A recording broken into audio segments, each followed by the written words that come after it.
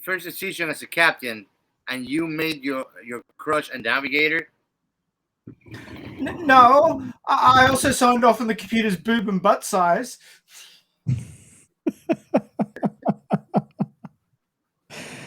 Oh, wow. And there you have it. We don't need to talk any more about this show. That encapsulates the entire thing. Yeah. Everybody, thank you for coming to our podcast. Goodbye. See you next week. Bye.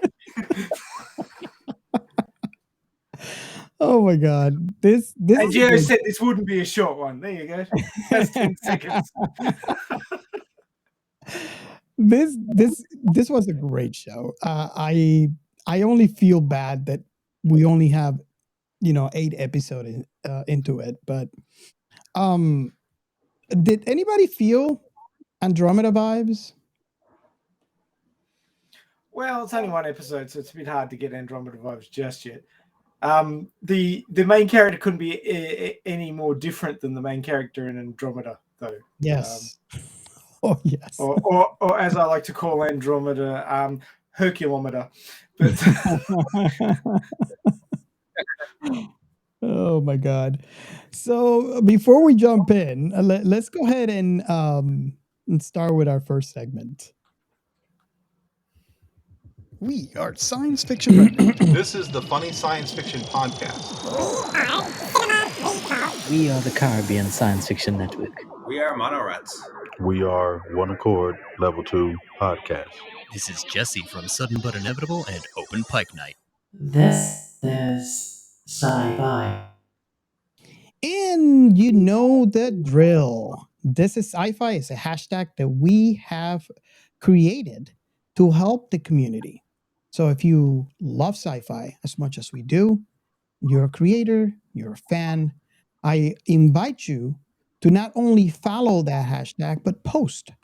Because we know you have your favorite sci-fi. We all know you have a specific sci-fi property or thing that you find absolutely amazing.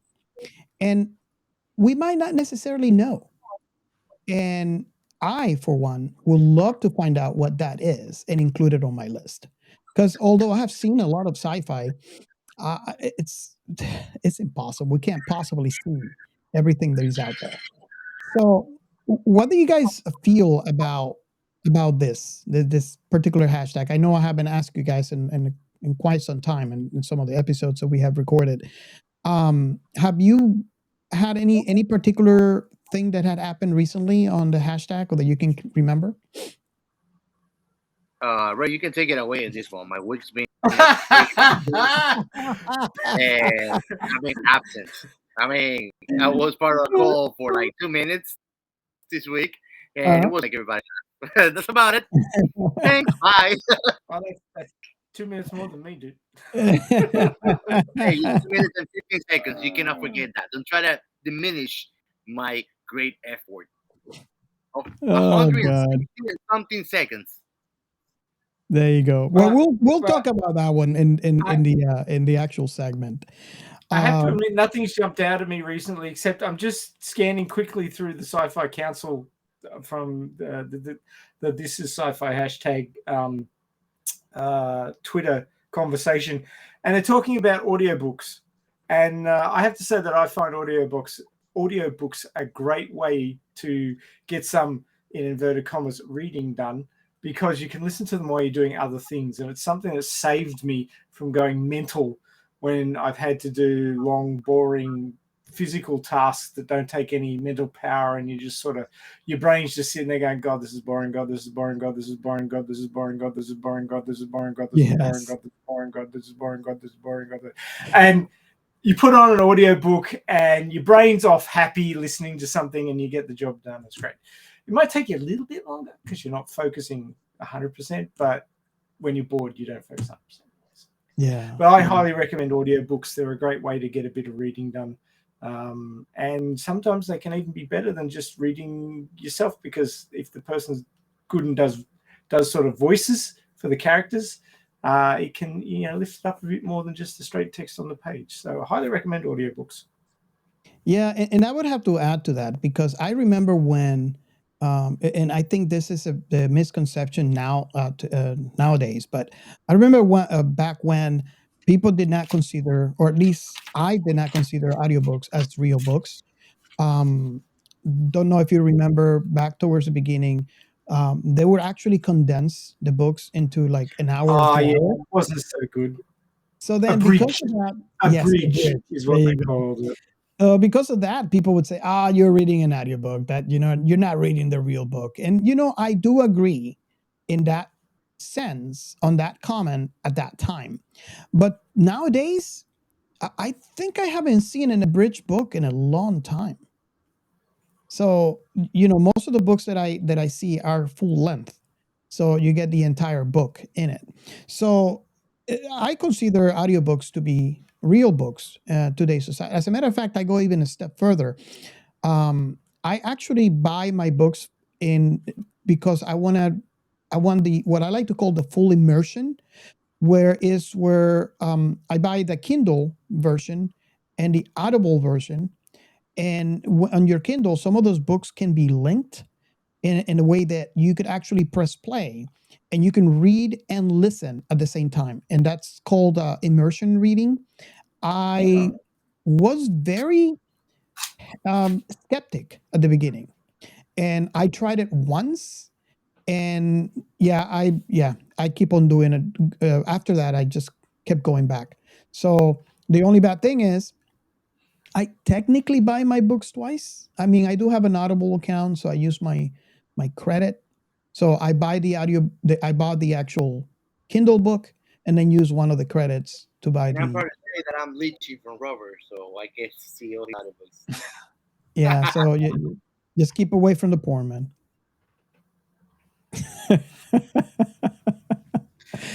Yeah, So don't pollute his history. But yeah, if you follow the hashtag, I mean, you'll find. There you go. I am not going to say anything until you guys watch the YouTube video. So just remember, like, subscribe, and you will see the next episode. In this case, this episode come up next month, and then you get to see what Ray just posted. A long wait, man. Oh, he's noticed.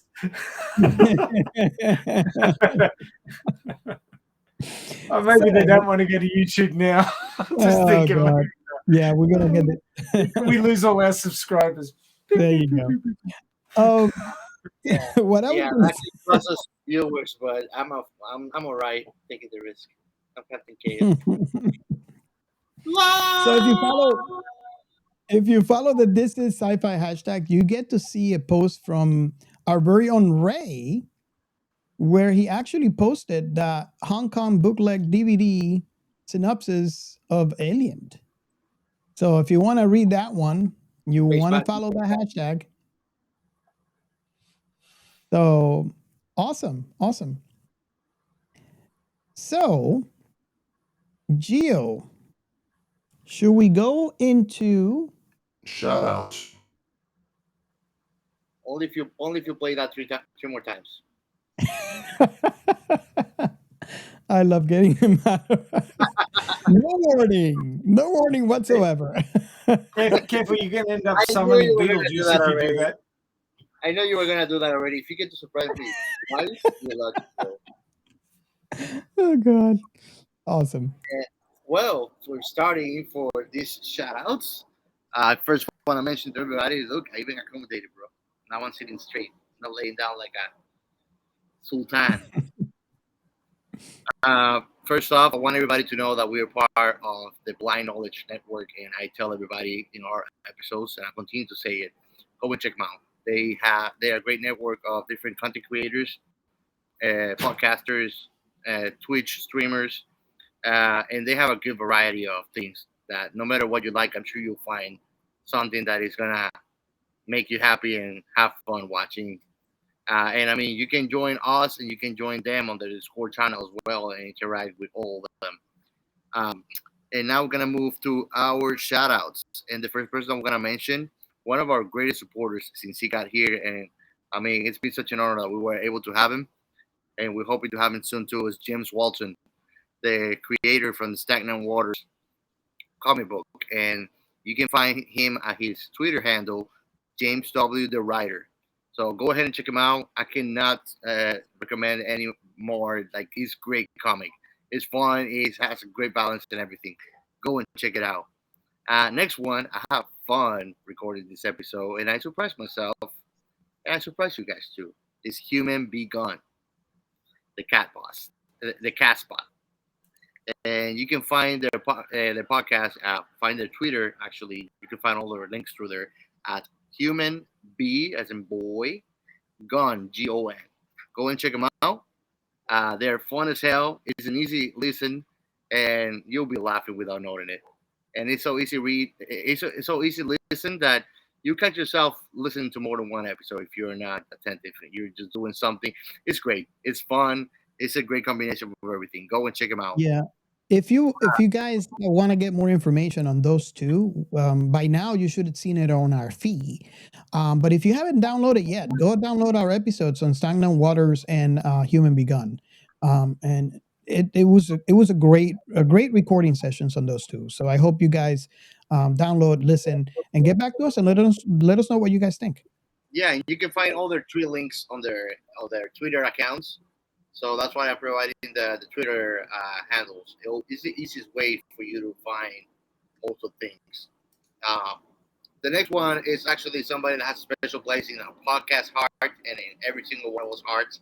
It's from a very good friend podcast of ours, The Burn, Cinema Recall. The Burn. I'm a fan of him. I mean, this I've been saying before, and it's not changing. I love every time that he drops a new episode. Always have fun every time that we had him on our podcast and we've been on his. And we hope that exchange and collaboration continues, man. It's just awesome. And did you know that the episode we recorded with him about existence is coming up next week? Yes, the sir. full episode. That episode was fun. And I mean, we covered with him a movie that we have blacklisted of ours. Yes. And you can find actually The Burn on Twitter and find all of his links. He's in most social medias too. At cinema_recall. So stop right now. Go and check him out. Really. He's awesome. They are awesome. Next, also a very good friend of our podcast, another podcast, and is the SF Popcast. It's always fun actually talking to them, man. And it's actually enlightening. We get to that with them, those deep conversations that we enjoy doing with each other too here. That came out wrong. And you can find actually them. They're everywhere too. They are very big on YouTube. That's one of the platforms that you can get to enjoy their podcast the most too. They got great guests. Huh? Great guests. The last guest that I saw is Kaylee from Firefly. Wow. Yep. Yeah, man. These guys are big leagues, man. They are like titans. At least that's how I see them. I always tell Tim I want to be like him when I grow up. Me too, man. And actually, you can find the FSF podcast on Twitter at FSF Popcast, and you can find through their link, the tree link too, so you can find all the other social medias that they actually share their content through. Next one, actually, I love always having interactions with him on Twitter, is Admiral Funnest Frontier. And you can find their actual handle on Twitter too at Dex Lower. Great reference though. Yeah, lower decks. Lower Decks. Those heroes that never been seen, right? Yeah. Next, actually, one of our listeners and fans love always interacting with her. She's one of those that this is Sci-Fi hashtag alive and going, and he's Kelly Szentgyorgyi, and her Twitter handle is Antipolo. She's always picking our brains, and I always love all the insightful questions and her views as well on the topics that we always discuss. It's always fun to talk to her, chat, and interact. This is the kind of people that I enjoy actually putting my brain to work to give some good questions on my mind and think of something, that is worth thinking. She is one of the reasons why the threads on this is sci-fi hashtag gets really, really long. You heard that, Those are Kelly? You're deep, the reason that this is Sci-Fi is alive. You're the heart of deep this is Sci-Fi. conversation. Yeah, love it. Oh, I have to mention also following films. Chris, Yes. I want to say thanks because his interaction, he's always posting whenever he's listening to our show.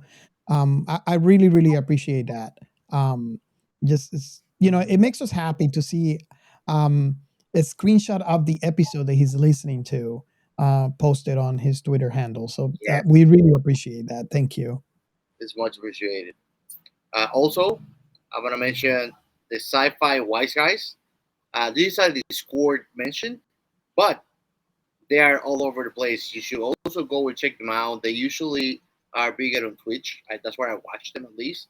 But you can catch them everywhere. Go and check them, and check their social medias too, man. I tell all our listeners right now, they deserve the support. It's a fun conversation all the time. I love the chemistry between them. Uh, it's like you want to have a good time, just go and watch them for real. And other two Discord mentions too that are big supporters of us. I wish that we can get them in all their social medias, but that's fine too. I'm glad that we can have it on Discord. We need more people on our Discord. I wish that everybody uses Discord, man. Discord is so Yeah. free. Yeah. Even though Discord is not paying me, just sponsoring me here, but I mean, Well, most people are quitting Twitter. So Discord is, in my opinion, is an alternative. So yeah. if you're one of those people, just reach out to us on Discord and join up. We'll be happy to have you in for sci-fi conversations. Absolutely. And those two last mentions are Kat and Finral. They are always keeping our feed live in all different sub conversation categories and channels. But I mean, it's always fun to see what they have to say. Finral is always sharing very, very insightful and interesting information on his projects and things that he likes. And Kat, she has a heart. Yes. Yes. And we'll leave it at this for these shoutouts. Awesome. So let's go ahead and move on to the next segment. The Outer Remnant. And if you want to hear more of us outside our show, this is a segment where we'll tell you where we have been last. And who should go first? Have we been somewhere?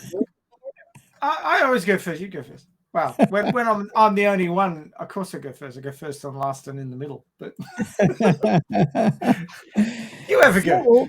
We were actually invited, I believe, for the first time to a podcast that I listen to all the time. So every time there's a new episode, I'm listening. As you are already aware from listening to our show, my podcast list is huge, and I do listen to every one of those. So I got invited for the first time. Actually, it was me and Gio that got invited.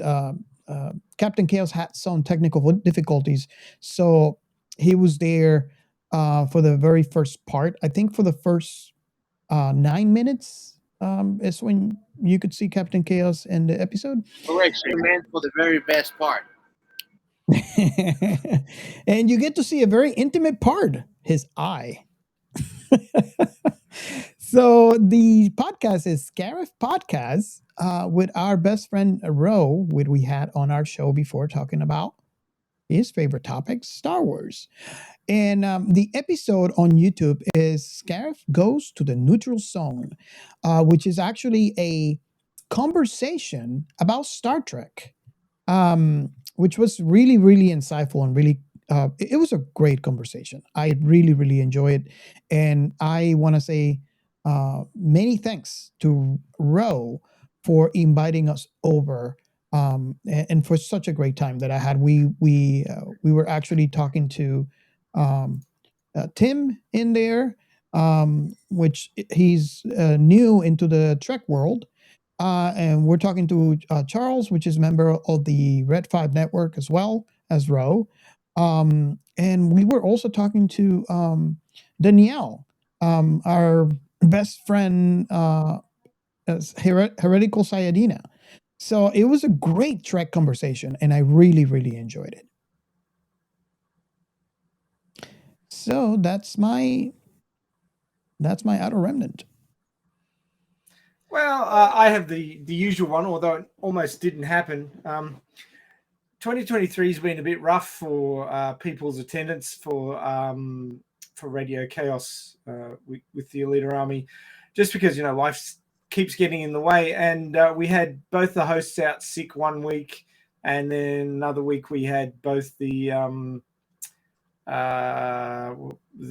showrunners, the guys who look after the technical side. They were both out, and we almost had that again this week. But we put it back an hour and a half, and we got everybody in there. And the topic this week was for Radio Chaos 152, the Battle Angel sings. What should Alita sing in the Kansas 2 bar in the sequel? Because in the manga, she actually performs in the Kansas bar. And obviously, that song was chosen by Akira Kishiro back in the 90s. And usually they want to update these sorts of things and make them more relevant for the 20s, so I expect that they will change the song. So we had this big discussion about what she should be singing, and actually a lot of it was quite back in the 80s sort of songs. Lots of Pat Benatar songs, actually, All Fired Up or We Are the Warriors, things like that. So it was an interesting discussion. Everybody sort of threw their 2 cents in about different songs, and there was a lot of agreement, a little bit of disagreement. We had a good time. So check that one out. It's on YouTube, on the Alita Army channel, if you're at all interested. Awesome.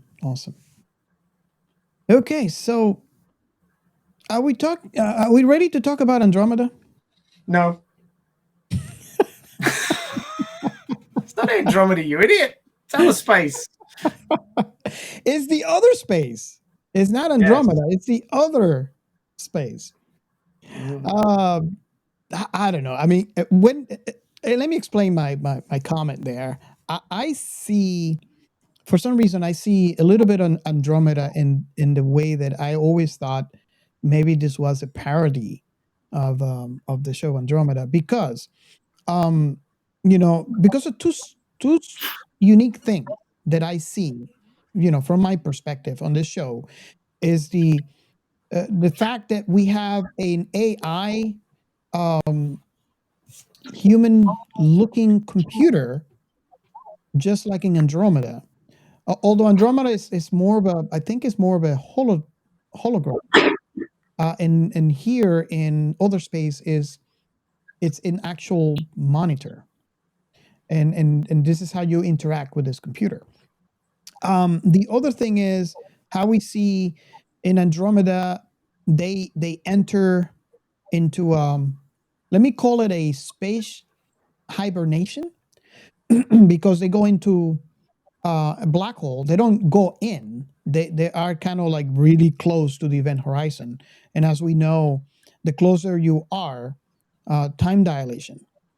So apparently they got stuck there for, I think it was 3,000 years. I can't recall exactly. The point is that they were there for a long time. But in this particular case, they go through a ripped in space and ended up in a complete different universe. So those are the two reasons why in my mind, I always relate slightly. Although, as you heard Ray mention before, the main characters are way different in those two shows. So, Ray, this was the very first time you saw this show. Oh, yes. Can you give us first impressions? My first impression was, oh my God, what has Robert got me watching this time? Piece of crap. And apparently I'm not the only one who thought that, because 462 likes on the first comment under the YouTube entry, which is, I thought this would be a cheap knockoff, but it actually has an interesting premise. I see potential. And that basically sums up everything I've got to say about this first episode, which is the first like 3 or 4 minutes was like they were saying all these complete bullshit measurement like systems and everything, and it just sounded ridiculous. And I was like, oh God. And the captain's such a smarmy little Indian guy who just, you know, he rubs you up the wrong way. He's nothing like you expect a captain to be, although he does tend to be able to rattle off things that sound quite technical very quickly. So obviously he's not stupid, but he's just a bit smarmy. And he rocks up into the bridge with hot dogs for everybody, but they have to wait until after they hit the asteroid before they can have their hot dogs. It's like, what? And then I was thinking about explosive sneeze farts, and then I made the ship do an explosive sneeze fart. Oh, wow. And that's where I just had to give up. I just had to go, okay, more comedy than sci-fi. We'll just go with that. Right. Okay. Fair enough. Oh, nice. Nice. Captain Chaos. When was the first time you saw this? Impressions of this show for me. Huh? There's just an impression.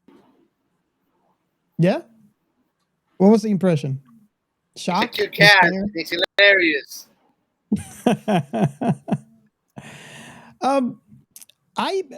Let me go ahead and I guess it's my turn. I saw this for the very first time in 2015, and I don't know if you out there would remember. Around that time is when Yahoo, Yahoo.com, wanted to get into the entertainment. You had entertainment news and articles and stuff like that, but they started producing shows because they wanted to compete with companies like Netflix that were, creating new shows. So they had this show called Other Space. Is a Yahoo original, and they created this. And I remember it was kind of shocking to me because at the time I would see Yahoo as, a search engine, or a place where you can find news articles or entertainment articles. So when I saw the yahoo.com entertainment section and I saw, TV shows on it, I was really curious. So being the sci-fi fanatic that I am, I was kind of looking through their catalog and I found this show called Other Space. The only way to watch it at that time was through yahoo.com. I remember seeing, and let me go ahead and post. Raid is actually going to show us a screen share, which obviously you can only see if you're in our Yahoo channel. So make sure. Yahoo, don't you mean YouTube? Oh, there you go, Yahoo channel. My brain time warp. Oh, anyways, it is on your YouTube channel. So make sure you like, subscribe, so you get to see what we're sharing right now. So this was actually the post, the actual I want to call it poster, although it wasn't technically a movie, but this is actually the poster that was posted everywhere about this show.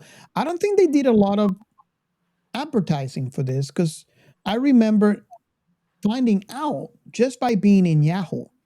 So you would see in Yahoo they have the banners and stuff like that. So that's where I became curious.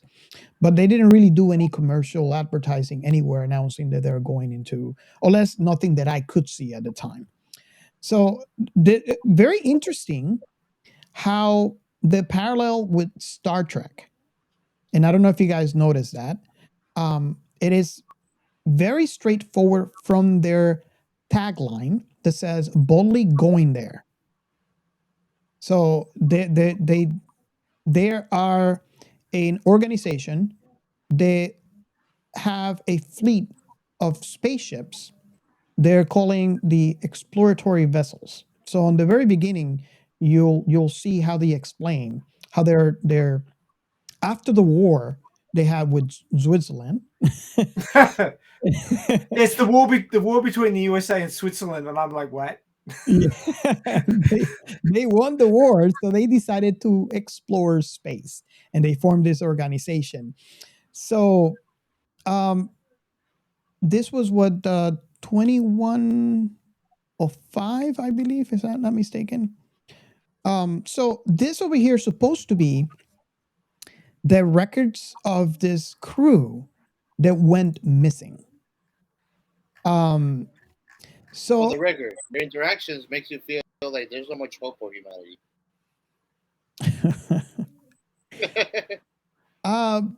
I found this show. I always tell people this is comedy with sci-fi on it, but I was always very surprised. And That's and your way and to again, try I to want to throw the defend. question. That's your way to try to defend the integrity of sci-fi in this show. Yes, definitely. And I'll get into it in a minute because there's a lot of like nuggets that they throw at you. So intelligent nuggets. But this show surprised me, considering that, and maybe it shouldn't surprise me. This is Yahoo attempt Hey, help me to here. get What into does the the surprise media part? production or the TV show production. And what I said it surprised me is, the special effects and the sets. They were pretty good, at least in my opinion. What do you guys thought about that? You mean the sets or the sex? Because in the sex jokes, it was good. The thing that sort of threw me at the very beginning was the set was bad, and I Yeah. thought, oh my god, is this some fan? Yeah. Is this some fan show? And the set was bad because it was a simulator, Yeah. and that's why it was very much a ripoff of Kobayashi Maru. It was a simulation of a situation where the ship was going to lose, and they were seeing how the captain would react. And apparently only he and his sister managed to get the ship through the simulation. They're the only two who'd ever managed to do it. Yeah. So basically, at the very beginning of the show, they're setting up this antagonism between him and his sister. And she played the part really good because she was scary. And her name was Karen before the name Karen became a thing in 2015. Being Karen before being Karen was cool. No, let me rephrase that. Being Karen before being Karen was cool. And again, I would have to say no offense to everyone named Karen. I'm just talking about the Hey, normal. if you're Karen, the it's up to everyday- you if you're gonna be cool or uncool.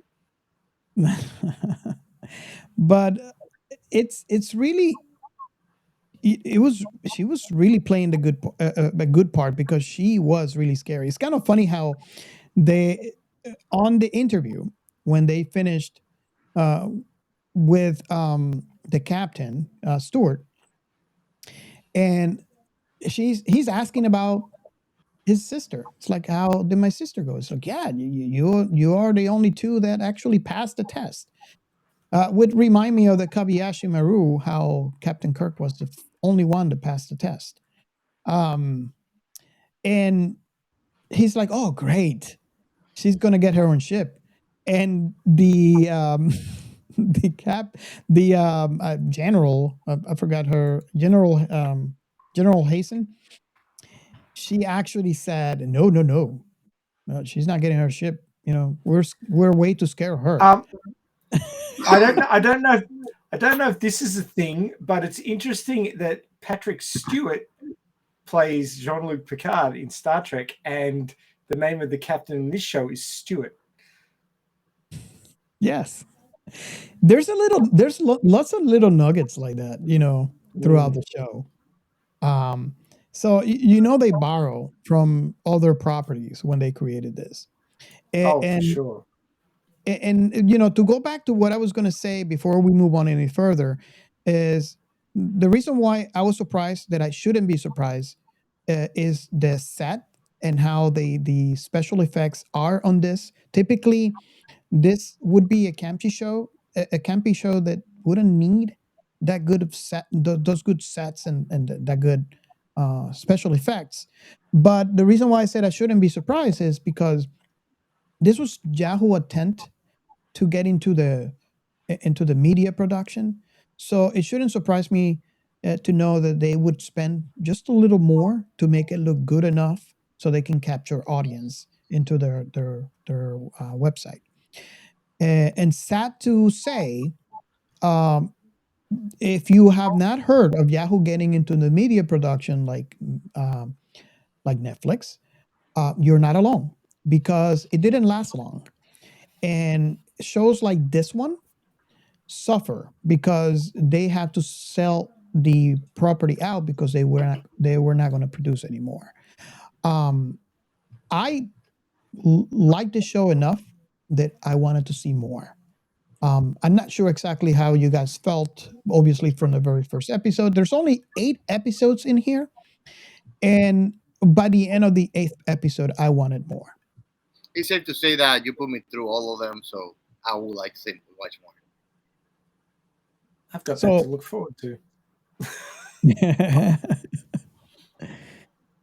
So, hey, before we go much further, should I do the premise and the plot of the episode? Oh, yes, please. Go ahead. Okay, so I'm going to do the premise because it gives you an overall understanding of what's happening in the show. Plot? Do we have a plot? Other Space takes place in the year 2105, where a multinational corporate coalition has created the Universal Mapping Project, or UMP. They call themselves the UMP, which is a bit weird, but okay, to make scientific inquiries throughout known space. Among the exploratory vessels is the UMP Cruiser. It's just called Cruiser, a veteran ship that was once used as a setting for a reality TV series. It's already going downhill in a massive rate of knots. Hoping to reignite public interest in the mission, UMP officials give command of the cruiser to a young and eager Stewart Lipinski for his first mission. Stewart's older sister Karen is assigned to be his second in command against both their wishes. Joining Stewart and Karen on board the cruiser is Stewart's best friend Michael Newman, who is relegated to third in command instead of second in command position he assumed he would receive. Stewart hires an unrequited love interest, Tina Shushkin, as a navigator of the ship due to his romantic feelings for her. Hence the mention in the quote at the very beginning.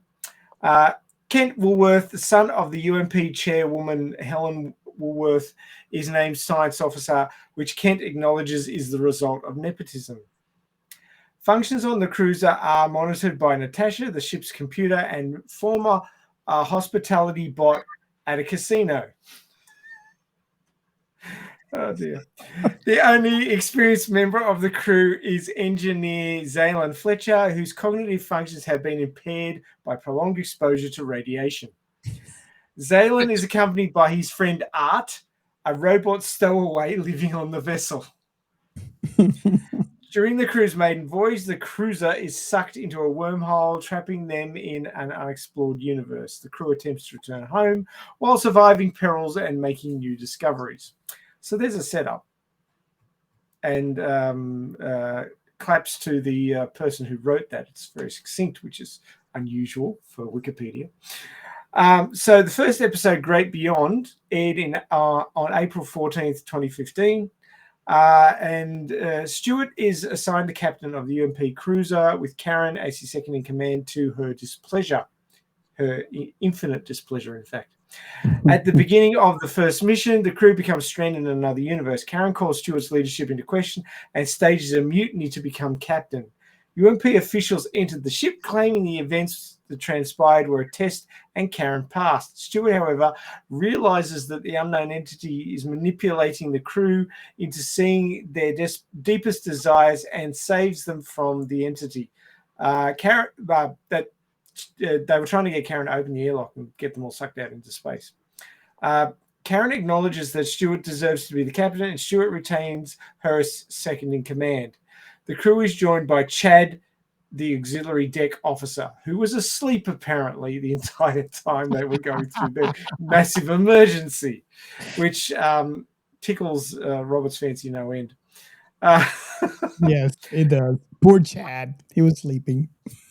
But yeah, a lot happened in this episode. They set a lot of things up. It's only 30 minutes, minus the lead in and lead out. But yeah, I mean, it the first 3 or 4 minutes, you're like, oh my God, is this some sort of crappy fan made thing? And I'm pretty sure that was deliberate. And once you get past the ship sneeze farts to save the day, then things kind of go downhill from there. I was just like wondering about that little tiny computer screen they had on that, and I'm like, really, this is how this ship works? And yeah, I remember. It's like, oh my God! Trek out of all these, huh? What do you expect? Some brainy Star Trek out of all these? Come on, they got lost in space. Yeah, Lost in Space. Isn't that another show? Yeah. Oh, actually, I was beyond. Apparently, I love the name of the episode. Into the Great Beyond. Beyond. Saying it twice doesn't make it better. But mentioning the name of Chad does. Oh, yes. Okay. Yeah, Chad. Poor bastard. Don't forget Chad, man. He looked like he spent the entire episode down on the auxiliary deck fixing his eyebrows, man. Those eyebrows were manicured to an inch of their life. Oh, wow. So, yeah, this show, I really, really enjoy some of the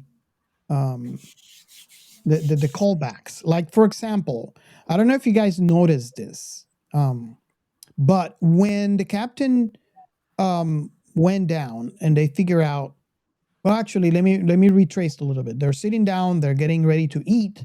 The food looks amazing. They take a chunk and they realize the food has been there for 30-something years? 75 years, wasn't it? 75 years, so even worse. And they find out, okay, what happened? Why did the food didn't get replenished? So apparently, the ship left space dock with spoiled food. And the Captain Stewart asked Natasha, the computer, what happened? Why this didn't get replenished? Like who? And then before he even asked the question, he's like, oh, Fletcher, the guy that, his brain is fried by radiation. So they go down there and he realized, food? Yeah, we have food. There's boxes after boxes of fudge. And it's like, yeah, man, this is great. I haven't peed for years. Oh my God. So I swear Fletcher is no longer a human. He's something else. A fudge-based life form. So much radiation. It's kind of funny how the general said, he had a lot of radiation, but he's the best our money can afford. Yeah. They couldn't pay Which for isn't saying much. Mar form of life that came out of feces. The what? It's his Mar form of life that came out of the feces that stayed on his body for too long. Well, yeah. But anyway, what I was gonna say is, when the captain was there and he realized, okay, now they just had fudge, they're gonna have to eat, or they have to return to space dock. He got mad and kicked something that later we find out it's Art, the stowaway robot, and he mentions, man, I was dreaming of electric sheep. You guys notice that? Yeah, that was a good Easter egg. Well, it's That's not an Easter egg. That's a I believe the quote was, "Can't you see I was dreaming of electric sheep here?" It was a callback to Blade Runner. I was like, oh, I see what you did there. Yep. So it has kind of different callbacks. and not necessarily in that form, but in many different other forms. Did you notice that the antagonism that was set up between the captain and the first mate was very similar to the situation in the first season of the Orville? Oh, yes. With the captain and his ex-wife? Yes. Mm-hmm. Oh, my God. Yes. It's so hilarious when they're telling him that she's going to be her first officer. And he's like, oh, no. And then she comes in. And it's like, yeah, you're gonna be serving under your little brother. Isn't it fun? Yeah. And she goes, congratulations, and just squeezes in. I mean, you can actually hear Bones bone cracking. crack. Oh my God. This I have a lot of fun on this show. I just wanted to see more. I thought that it's actually really well written. It's very smart. They kind of look a bit dumb at the beginning, but that was deliberate, and it gets a lot smarter on the way through. Especially when Fletcher looks down at the floor and sees a sandwich, and he picks it up and he goes, "Oh, really? A sandwich? Oh, excellent." And he's the guy who has lived on fudge for 10 years. He's got this sandwich and he's about to eat it. And then Stewart looks at the sandwich and goes, why has he got a sandwich? Where did that sandwich come from? And then he twigs, oh, everybody's like seeing their greatest desire. And that's how he works out that aliens manipulating their minds and stops Karen from opening the airlock. Wow. And later on he turns to Fletcher and goes, so your deepest desire was a sandwich? Well, you've been eating fudge for 10 years, that'll be yours too. Oh man. I mean, yeah, he could have just ordered sandwiches instead of fudge. But that's one thing I don't understand. He could have replaced the supplies for the replicators so that they didn't have to eat fudge. Oh, look, I can tell this show's going to go from strength to strength because I watched the first 5 seconds of the next episode. Why? No, that's about 2 minutes. But in the first 5 seconds of the next episode, Stewart goes, "Okay, so are we all fudged up?" I just think, okay, I'm going to keep watching this show. That is messed up. If you realize they got to another universe, hint hint, other space, and all they have to eat is fudge. That, yeah. Some people will be with that destiny. Well, At first it was fun. Then it was all right. Then it was not so fun. yeah. Then it was hot fudge coming in and hot fudge coming out. Oh God, yeah. I feel for this crew. Yep. But I think I feel more for Chad. Did you know the voice for Art is the same voice for the character named Crow on Mystery Science Theater 3000? No, I did not.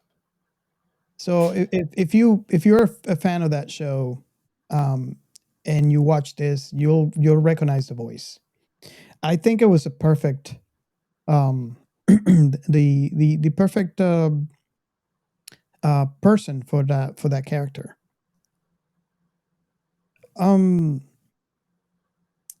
So the ship, this ship is this crew.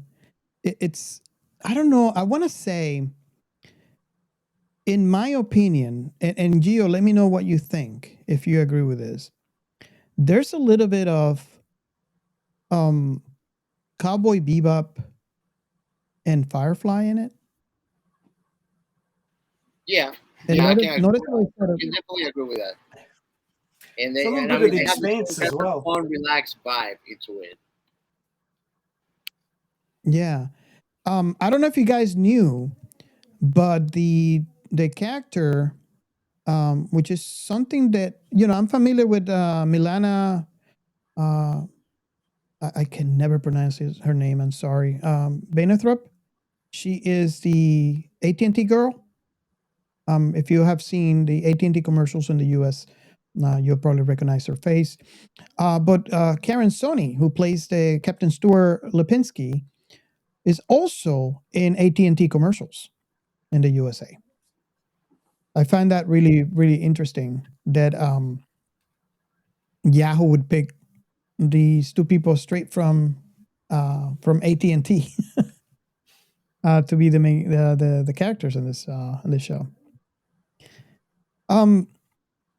I wanted to ask you guys, when we meet Kent Woodwolf, he's I think the captain was walking out and he saw him on a corridor, and he's asked, he's playing around with some computer monitors, and he's like, "Can I help you?" He after what happened, right? The ship was intercepted by some anomaly, space anomaly, that actually shut them Wait, sure out enough. into a complete different. I'm sorry. A complete different space, like the other space. They're in another universe, and he's trying to explain what happened. What do you guys thought about his explanation? I mean, I don't want to go too deep into it, obviously, because we're going to talk about it in the science portion of the show.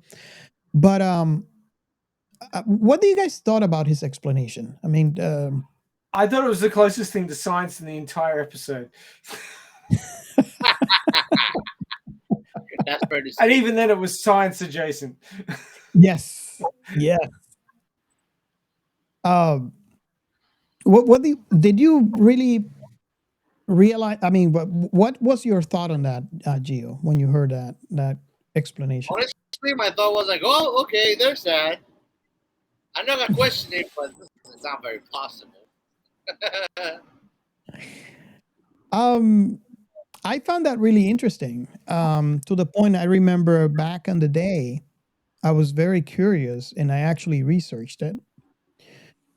Yes, I used Yahoo and Google at the same time. You research it just to find disappointment at the end of the tunnel. Well, it was a top. It was a topic that I did not hear about before.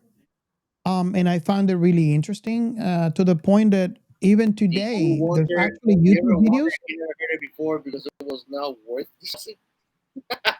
Well, there's YouTube videos out there now of scientists explaining the concept. And I remember nowadays looking at some videos that would explain really cool videos too.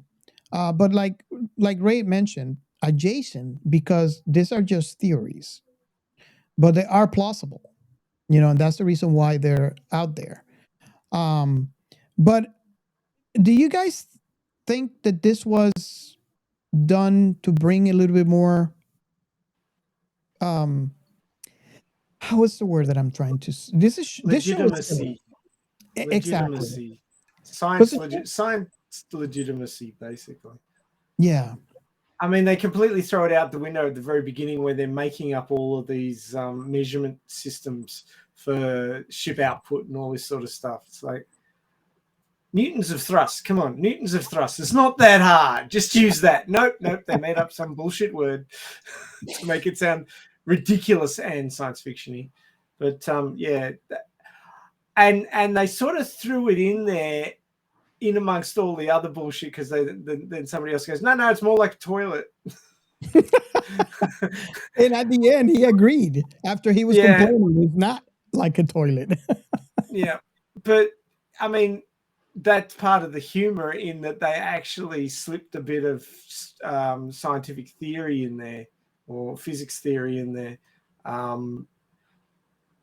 surrounded by humor and made it sound like part of the narrative naturally. So, I mean, it's sort of an inside's nod to a theory of multiple universes. So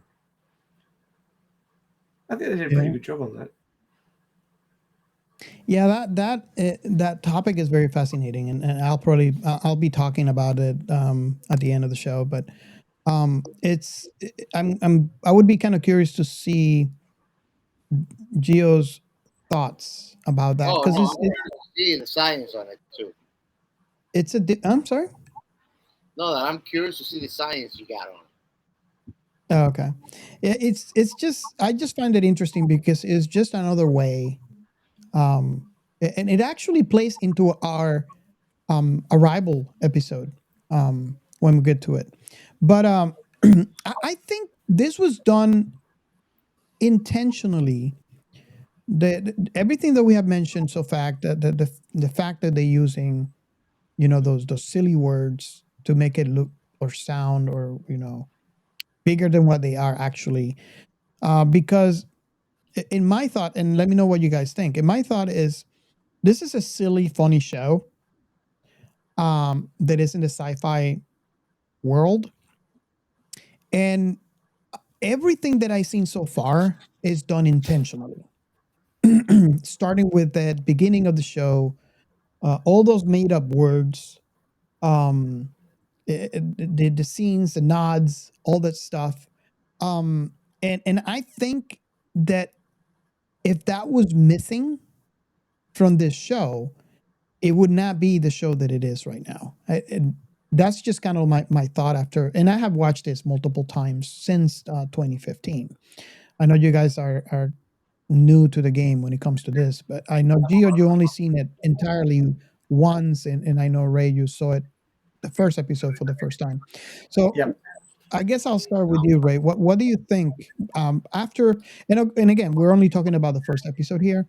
I'm kind of would be curious to see what would be your thought. Maybe we can discuss this in Discord, and I invite our audience to join our Discord, and we can actually join in the conversation. But I'm actually curious to see not only what Ray's thought would be after watching all the 8 episodes, but also you guys listening out there. And by the way, you can find it in Dust. I think it was watchdust.com is the website, and you can find other space in there so you can watch it. But I'm kind of curious to see what you guys think about that. I mean, I'm pretty sure they're all on the Dust channel on YouTube as well. Oh yeah, because it was auto playing them. Oh, it was auto playing. Okay. Yeah, so let me just check here.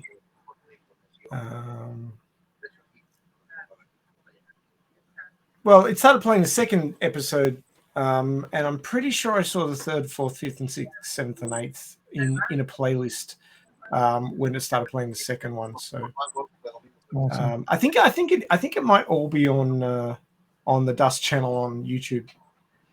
Yeah. Well, Ray, do you agree what I was starting to say? And I know I moved on to two other topics in the same sentence. But, really? Did we just wander off somewhere without rails again? Yeah. But like, the fact that in my perception of the show, at least from the very first episode, from this episode only, you'll find out later in other episodes, but how everything was actually done intentionally on the show. Oh yeah. And how the fact that it's not, if it's not done in the way that it was done, it wouldn't be the show that it is now.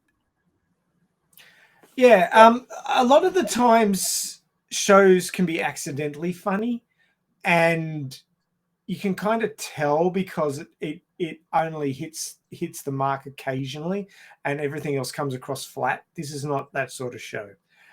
From the very first scene where the special effects looked crap, and you start thinking, oh my god, is this like a fan-made piece of shit that somebody's asked me to watch? And then and then suddenly everything changes, and you just like go, "Oh, that was the simulator, so that's why it looked crappy because the UMP is cheap." and yeah,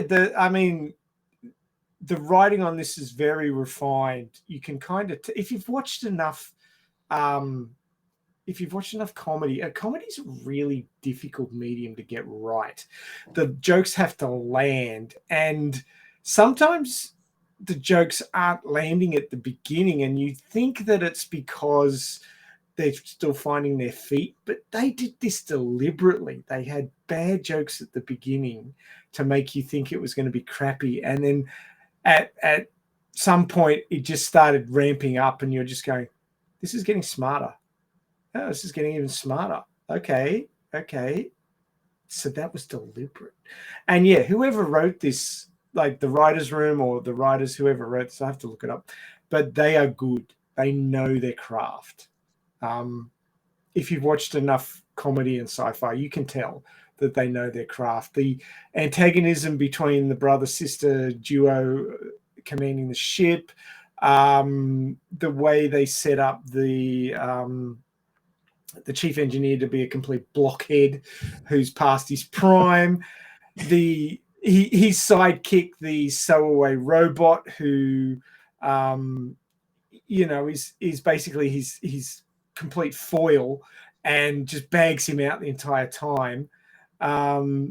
The third in command, who's jealous of the second in command, and the second in command who's jealous of the captain, and the love interest navigator who's smitten with this other guy, continuously kissing this piece of perspex that's supposed to pass across the sensations of kissing, but they're now in another universe that's not working anymore. It's just like kissing it, hoping it will work again, but it won't.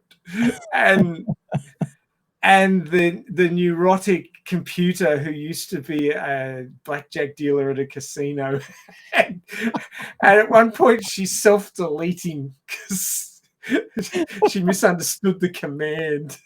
Okay, and deleting in 3, 2. And no, don't do that. I was waiting for the Windows noise, but I thought they would have got nailed for that one for copyright. But I think they wanted to do it. But when they lost power, she rebooted, and there was that booting sound. It was similar enough, to, I guess, a Mac computer. Yes, it was a lot more similar to a Mac computer.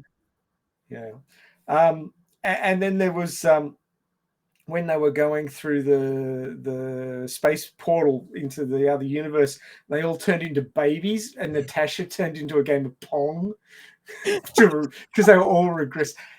Just the comedy was just spot on. That I do want to watch the rest of this show because I think that they're pretty bloody smart. Even when they make it look like they're trying to find their feet, but they know what they're doing, and yeah, it impressed me. I was actually impressed with what they've created here. So yeah, it's probably. I mean, I haven't watched the other 7 episodes, so it could be total crap. But I'll watch them, and we'll discuss it on Discord. But yeah, I'm expecting good things. Awesome. What do you think about the communicator? The personal communicator. I'm trying to remember. I would have to say that that way of communication was kind of gross. Was that in this episode? Because I don't remember it. Yeah, well, let me refresh your memory. At the beginning, where Tina was kissing, I believe it was Ted. Oh, right. And yes. It's like, okay, don't worry, don't worry, babe. We have this. I installed this application that lets us feel and taste. And they started kissing the glass. She's so freaking funny. The way that she was licking it and stuff. All you see is tongue and saliva. I was watching this with my wife, and we both just looked away. It's like, ew. And then she's like, "Oh, you had sloppy joes? Did you just burp?" Oh my god. So, Gio, you want to have those type of communicators? No. Well, we don't want them, especially after you No. burped. But No. Hey, that's the future of the iPhone, man. I mean, if you have a really good think about it, if he doesn't smell, it's a good icebreaker. Think about it. Kissing is. If you have a really good think about it, kissing is a kind of a strange act. Pushing two food orifices together. If you look at it as a scientific principle, it's kind of weird. Why do you have to ruin it? But no, well, it's human like brain. If you're gonna take it this far, let me just turn it up a notch because we actually put our eating orifice in other orifices. Which No, thank you. No, nope. He had to go there, didn't he? Worse. You always can get worse. He had to go there.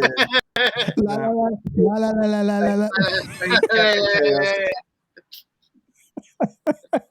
No, look. The whole situation is that I know you like it. You're a freak, man. The whole situation is that things that when you're feeling normal and neutral are a bit icky. When you're turned on and excited, take on a whole different feeling and a whole different level. Yeah. And then once you get over that excitement, it again becomes a bit gross. And it's kind of weird how the human brain does that. That aftermath moment is like, what the fuck did I just do? There's a long time. Well, I guess you call it a meme these days, but there's this sort of long time thing about waking up in the morning and wanting to chew your arm off because there's somebody lying on your arm that you don't remember hooking up with, and you couldn't understand how you could possibly be attracted to them. So you want to chew your arm off and not wake them up. But I give a short story. Yeah. I picked up a girl in the bar. And it was very awkward night, but I did my part. And then she wanted to kiss me this morning, just waking up. And she had dragon breath. It was not nice. Oh, God. And then she told me when I drop her off, oh, give me your number. I was like, I got your number. You call me? Yeah, I'll call you. And she's still waiting. Well, that's Captain Chaos for you guys. You heard it here first on Science Fiction Remnant. So basically, she had a tongue like the bottom of a birdcage. Oh, man.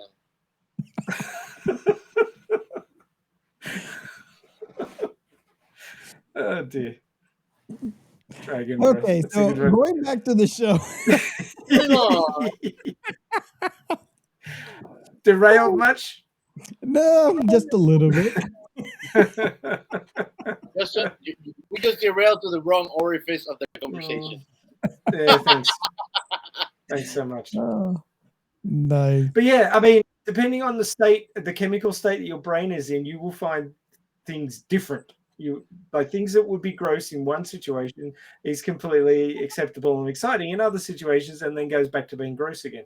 And it's kind of weird how the brain does it. Yeah. But hey, like 8 billion humans on the planet must be working. Yes, and growing. Yeah. Oh. One thing that I wanted to point out, and I don't know if you guys let me know. Moving up I side of the conversation, one orifice I want to point out. I don't trust my overthinking.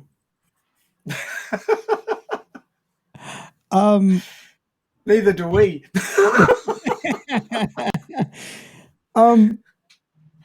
In the second half of this episode, when they travel to other space, which is when they go through the giant space orifice.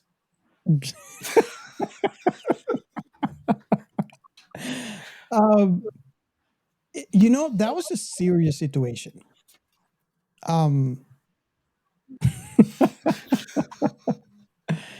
Because there are This thing, just like Natasha, the computer mentioned, the orifice in space opened up for about 3 seconds.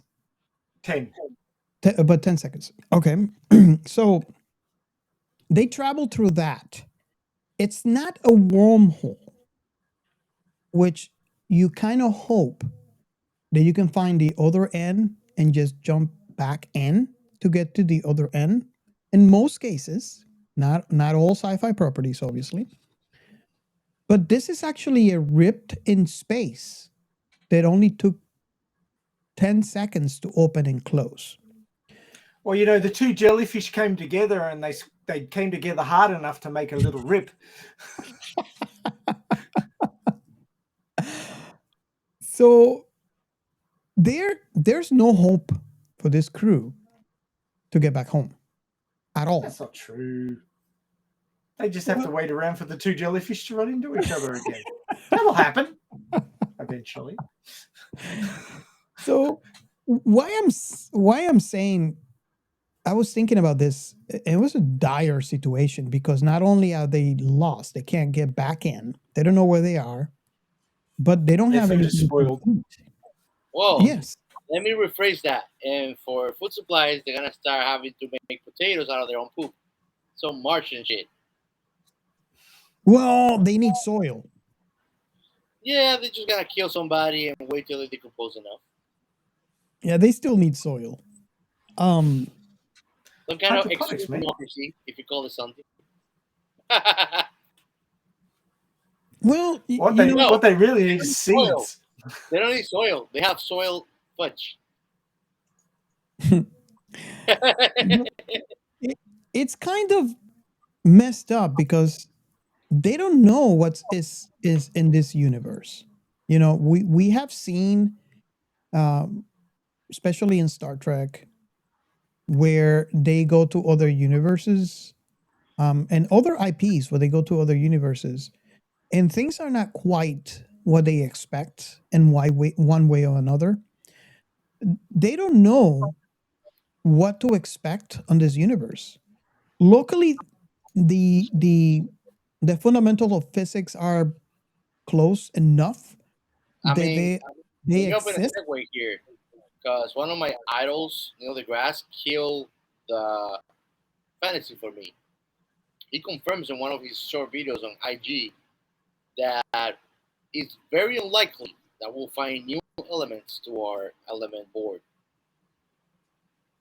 Yeah, no, and I agree with that. But what I was saying is, you know, it's a different universe, right? That the laws of physics might not be exactly the same as ours.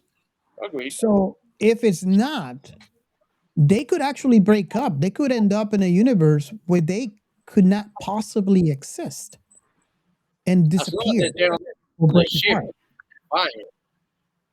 It could be where they going forward is actually going backwards. I mean, there Yeah, could be so I mean, many on different that variations.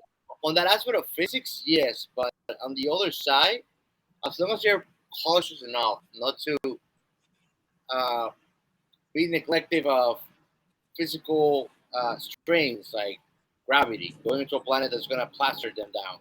If they can continue to keep themselves isolated with their suits, they can go and study these places and be cautious enough that they can find a way to make it work for them. Make sense? Yeah, So you could say, no pun intended, we have a good universal way to probe the universe while preserving our safety out there in a very hostile environment. If their food synthesizer had a current load Well, that's another thing. They'll be cranky. nutrients They in don't it, have they need to go and find food. Now, if this Yeah. new universe Well, that they're they can in go is to a incompatible planet with their where current, yes, I they agree can go with to a that. planet Ray. that Dennis Quake and the Drac were in because you can eat that shit. So, apparently. Well, here's the thing. but they need to be compatible with the new universe they find themselves in, or they can't eat the food. Exactly. And the food that they find has to be compatible with their biology also. That too, yeah. So it's like, and there you don't know if there's planets. You assume there is, But what if they're in a universe that is kind of compatible to their own, and it's just, maybe early on where there's only gaseous elements all over. No, because Stewart said to Michael, "Hey, Michael, we're in a new universe. Look at that planet over there. What do you want to call it?" He goes, Michael. Oh yeah, Michael, Planet Michael. And what do you want to call that solar system? And she goes, Solar System 1. Milky Way, Milky Way. Jesus, these people. So the fact that they traveled and they're alive, that's the first win. Because how do we know that in this universe, negative is positive and positive is negative? We can have a reversal. Negative is positive. And the atoms, how the photon and the neutron, if we have a complete reversal And the in their Autobots and biology. Decepticons. What do you think, Ray? How do we know that this isn't a mirror universe like in Star Trek where they all have goatees and are evil? There you go. And what if the two ships crossed? And so you've got a bunch of goatee wearing evil versions of themselves back in our universe, and they've crossed over. Great strikes again. Well, have you seen that Star Trek episode, Gio? Yeah. Classic. But yeah, that's and I'm taking a long way out to actually ask the question. But I want to see Karen with a goatee. Yeah, that would be awesome. That would be actually a lot more scarier. Yeah. But what do you guys think about their current situation? What You said a key word, man. He's dire. I would say they're fudged up. Mm-hmm. No pun intended. In fact, that is the topic of conversation at the start of episode 2, the dire situation that they're in. Because I watched 2 minutes of the next episode. Mm? And then I decided not to because I knew I'd get mixed up with what's in the first and second episodes. Yes, I agree with you. I know it's rare, Captain Chaos, but I do agree with you. They're in deep fudge. And it's only going to get deeper. Oh, yes. Oh, yes. So, if you could pick a character, which would be your favorite character for this episode only?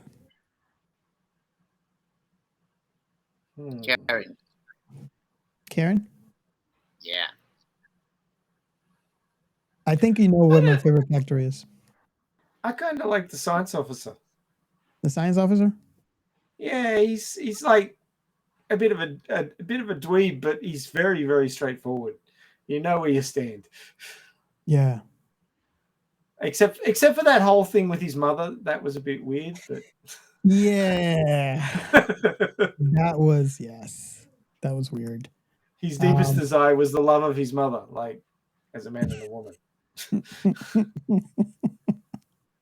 And I just gotta say, man, by starting of episode 2, it was something like they knew it was not gonna be fun, so they had to make up their minds and do something funny of how they take everything in with a grain of salt, and the comedy kind of relaxes actually how serious and bad the situation is. Yeah, because nobody will be laughing. No, they're in a big one there, definitely. Oh man, it will be something like, oh my god. I mean, I don't imagine myself or something like that. Like, baby, we're gonna eat fudge, and fudge is gonna come in and out. It's gonna be all slimy. But we better enjoy it because fudge is all there is, and all there will fudge me up. Hey, where's the mute button? Where's the mute button? You could always take that Pat Benatar song and change it up a bit and call it All Fudged Up. Instead of All Fired Up. I should have made that video doing this. Oh yeah, baby.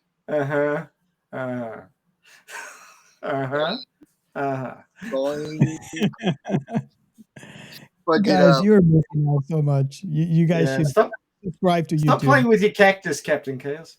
That's not a cactus. That's the long leaf of orchid. That's my flower. Okay. Ooh. And changing the subject. Moving on.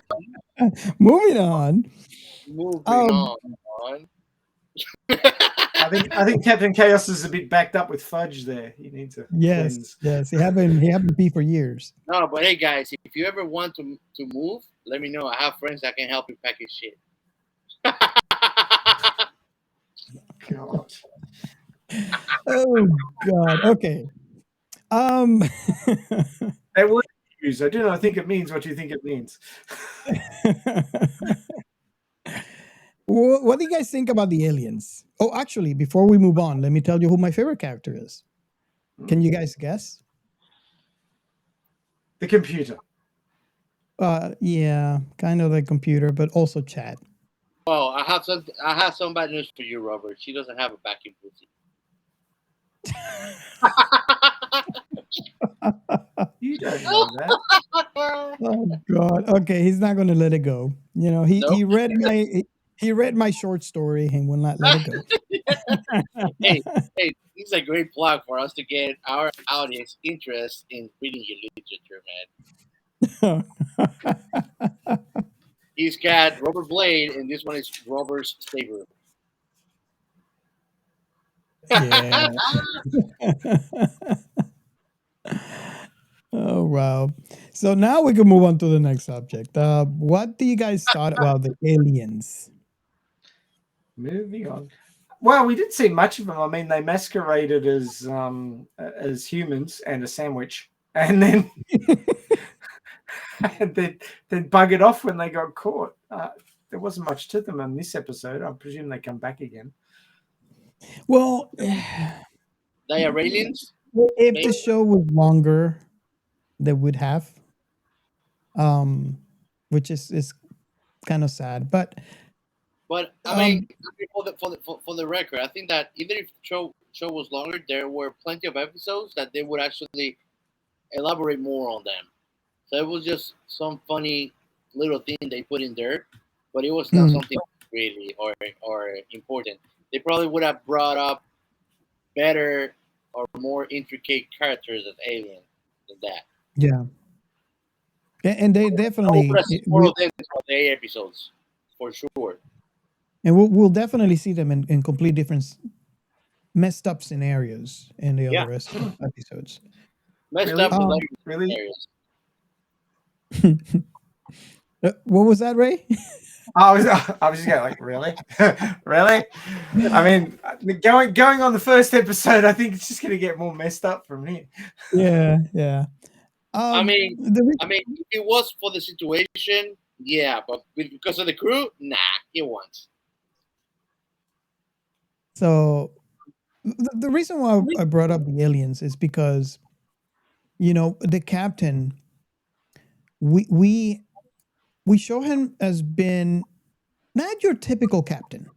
If you follow sci-fi long enough, you realize that a captain needs to be someone that the crew counts on. He has to be reliable. He has to be serious, because it's a serious situation. The life of the entire crew and your ship depends on the decisions that you make from second to second.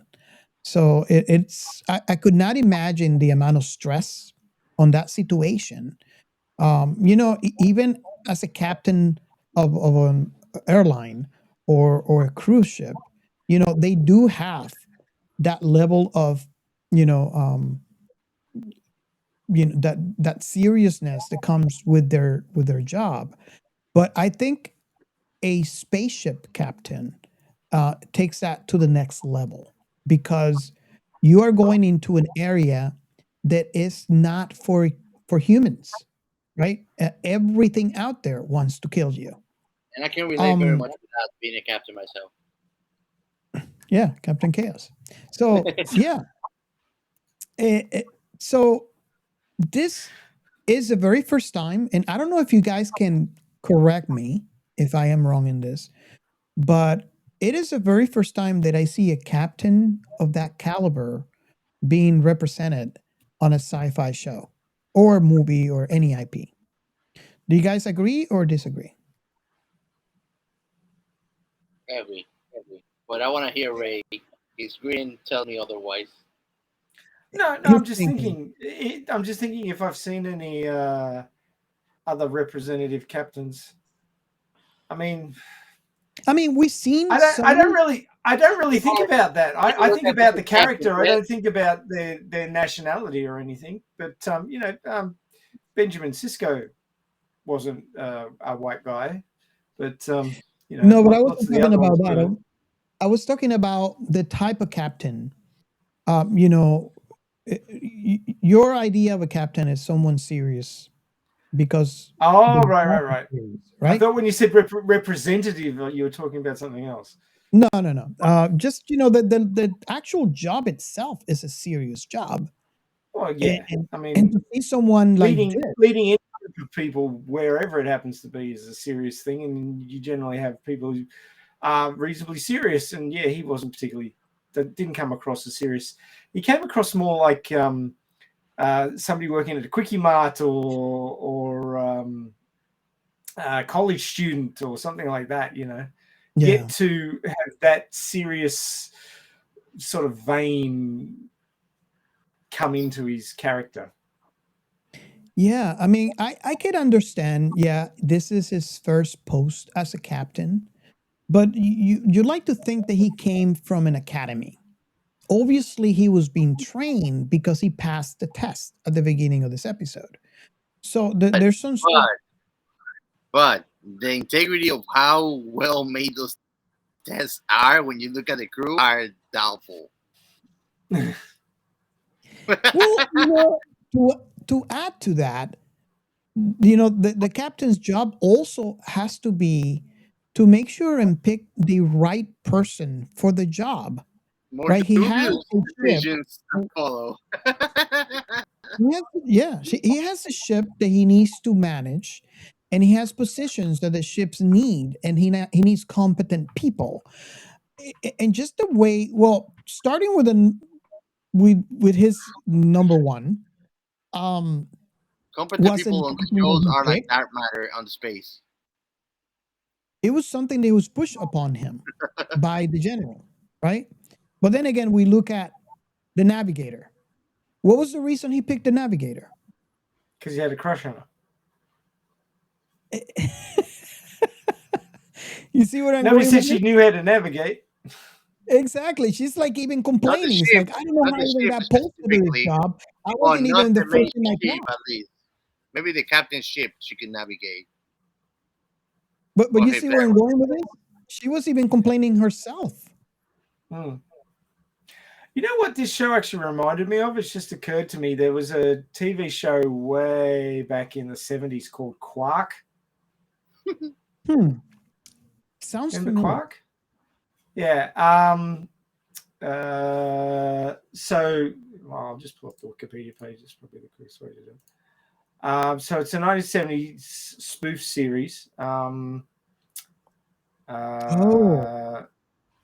I think I haven't seen this in years. The show was set on a United Galaxy Sanitation Patrol cruiser, an interstellar garbage scour operated out of the United Galaxy Space Station Prima 1 in the year 2226. Adam Quark, the main character, works to clean up trash in space by collecting space baggies with his trusted and highly unusual crew.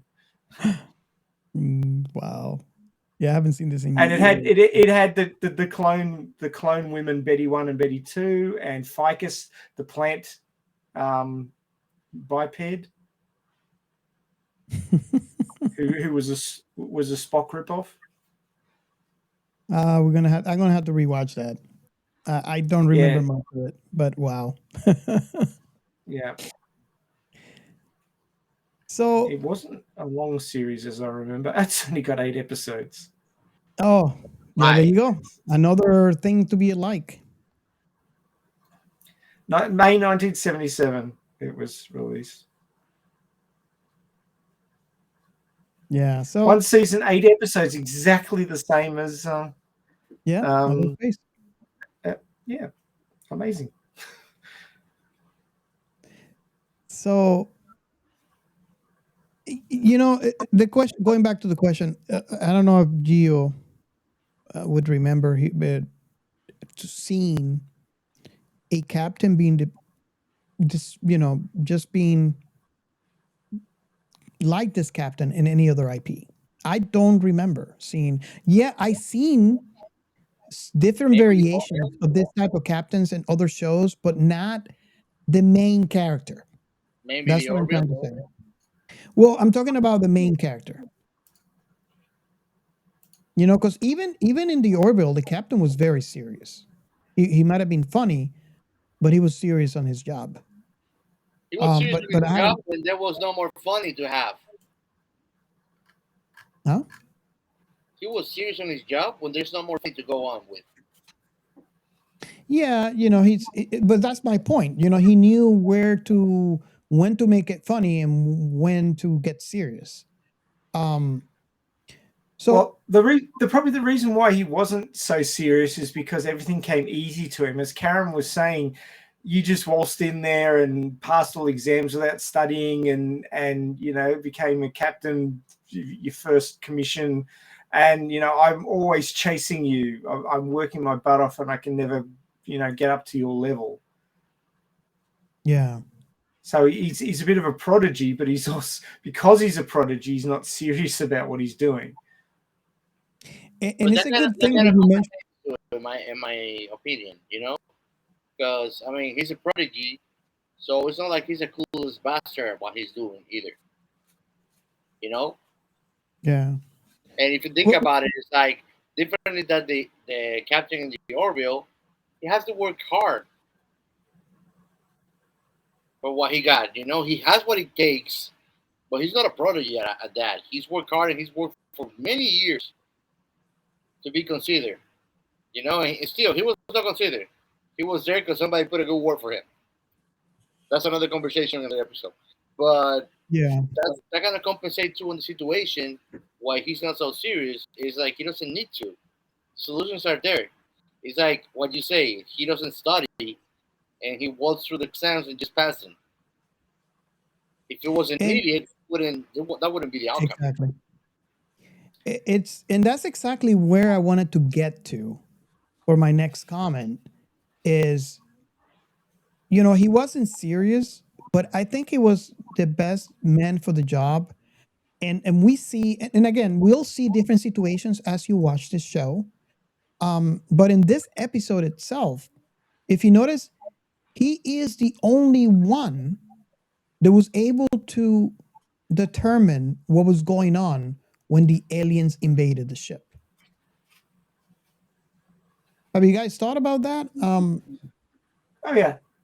Just he's got the ability, but he hasn't got the demeanor. The demeanor comes with experience, and he hasn't got the experience yet. He's got the raw ability, but he hasn't got the demeanor yet. And he's making that common mistake that a lot of new captains do of trying to be everybody's friend. Like, bringing hot dogs to everybody and try and, feed them all and make friends with everybody. And it's very hard to command people when you're trying to be friends with them. So I got the feeling that's going to develop in later episodes, or maybe it was meant to develop in episodes that they never made. Yeah, I think that was the case. I think that was meant to be developed. I mean, we see slightly the road as you continue watching these episodes, but it's something that there's so many things in this show that I wish I got to see, and I'm not gonna get to see if someone doesn't pick it up, and unfortunately, if they pick it up, it would be a complete different crew. So then we risk we risk this show being crappy because part of the show is also the chemistry on the actors when they're playing their parts.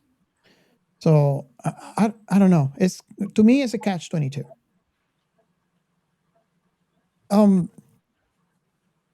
So the captain he is able to save, and actually we get to see why in this episode the sister is not a good captain for command. I mean, she is the complete opposite from him, right? You almost need a part of the captain and part of the first officer to have a complete captain.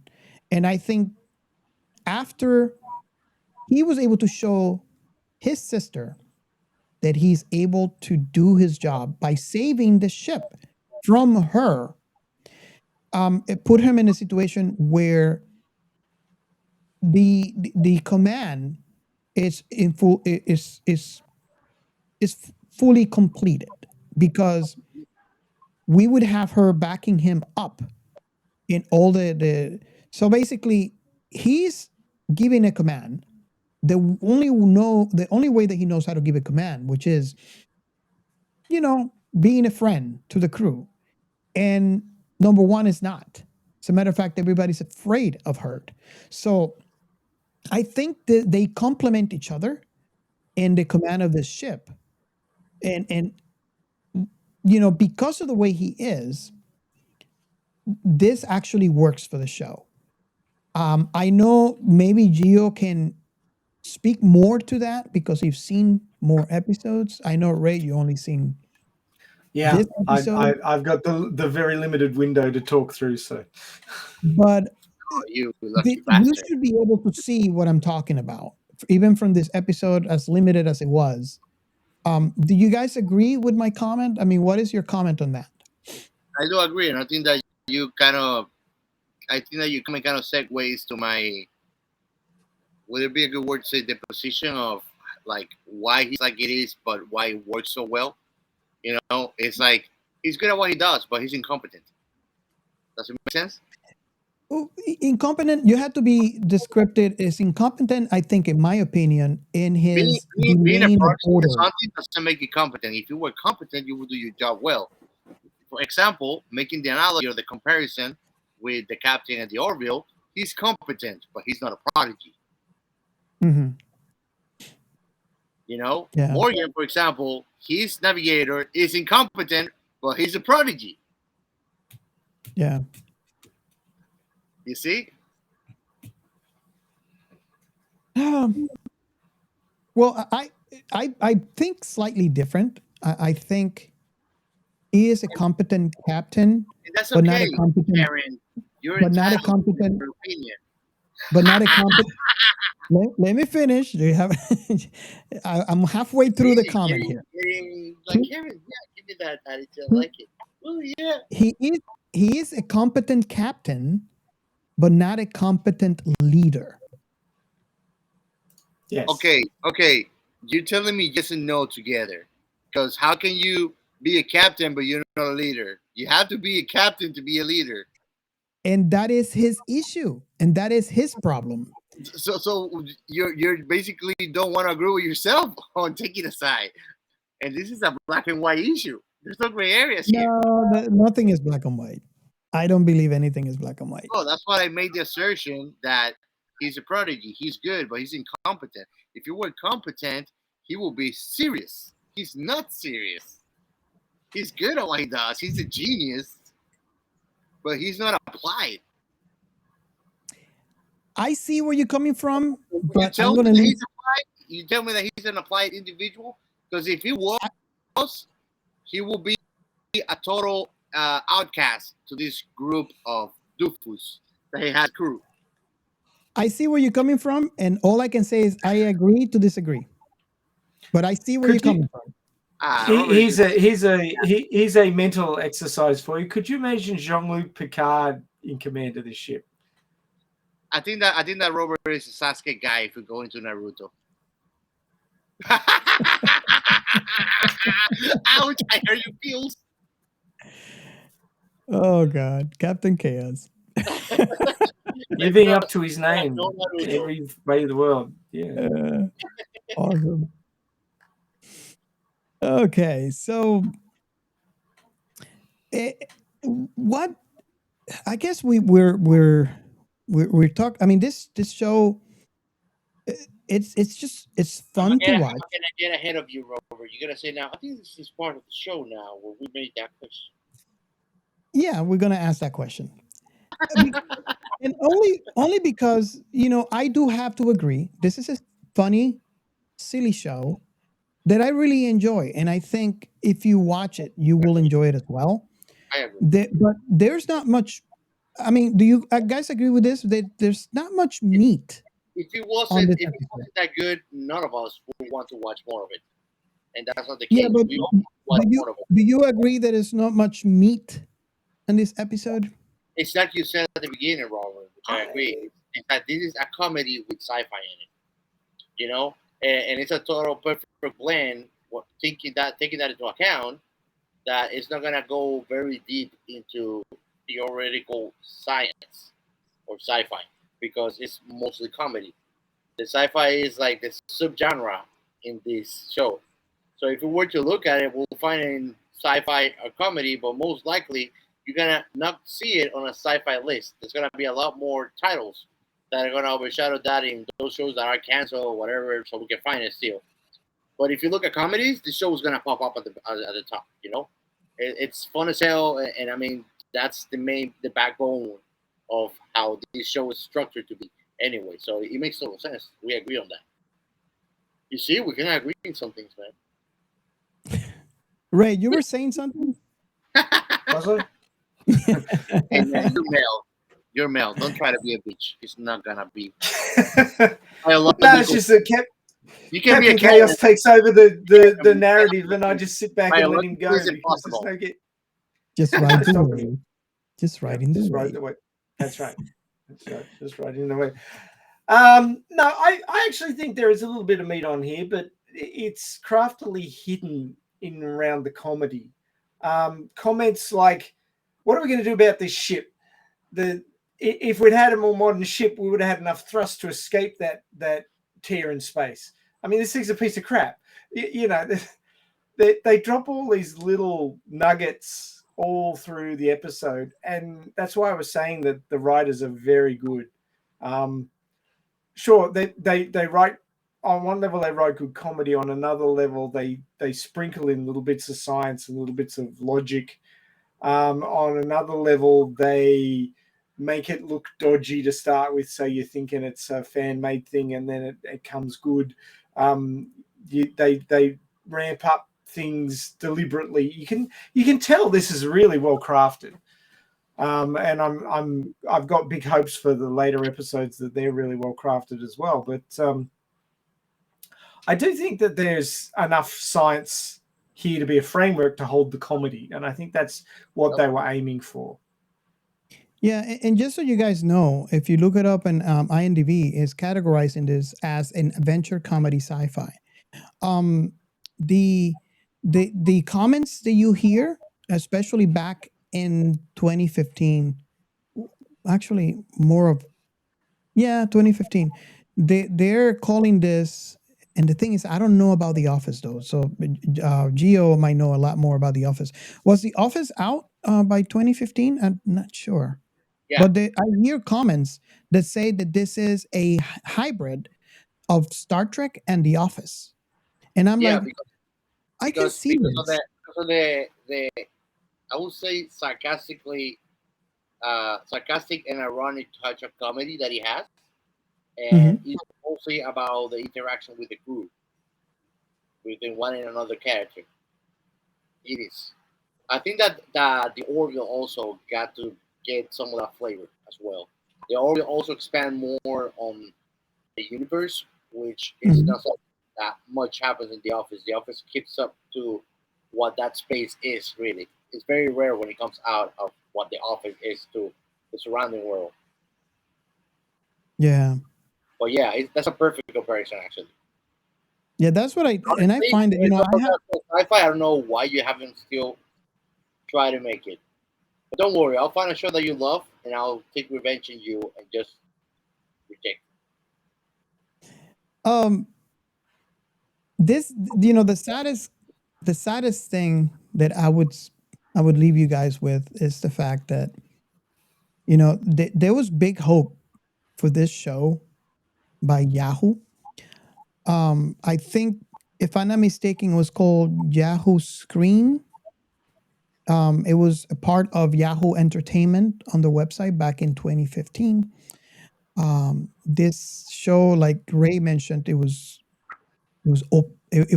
premiered in April 14 on 2015. The series was not renewed for a second season. So apparently this was a trial where they did 8 episodes.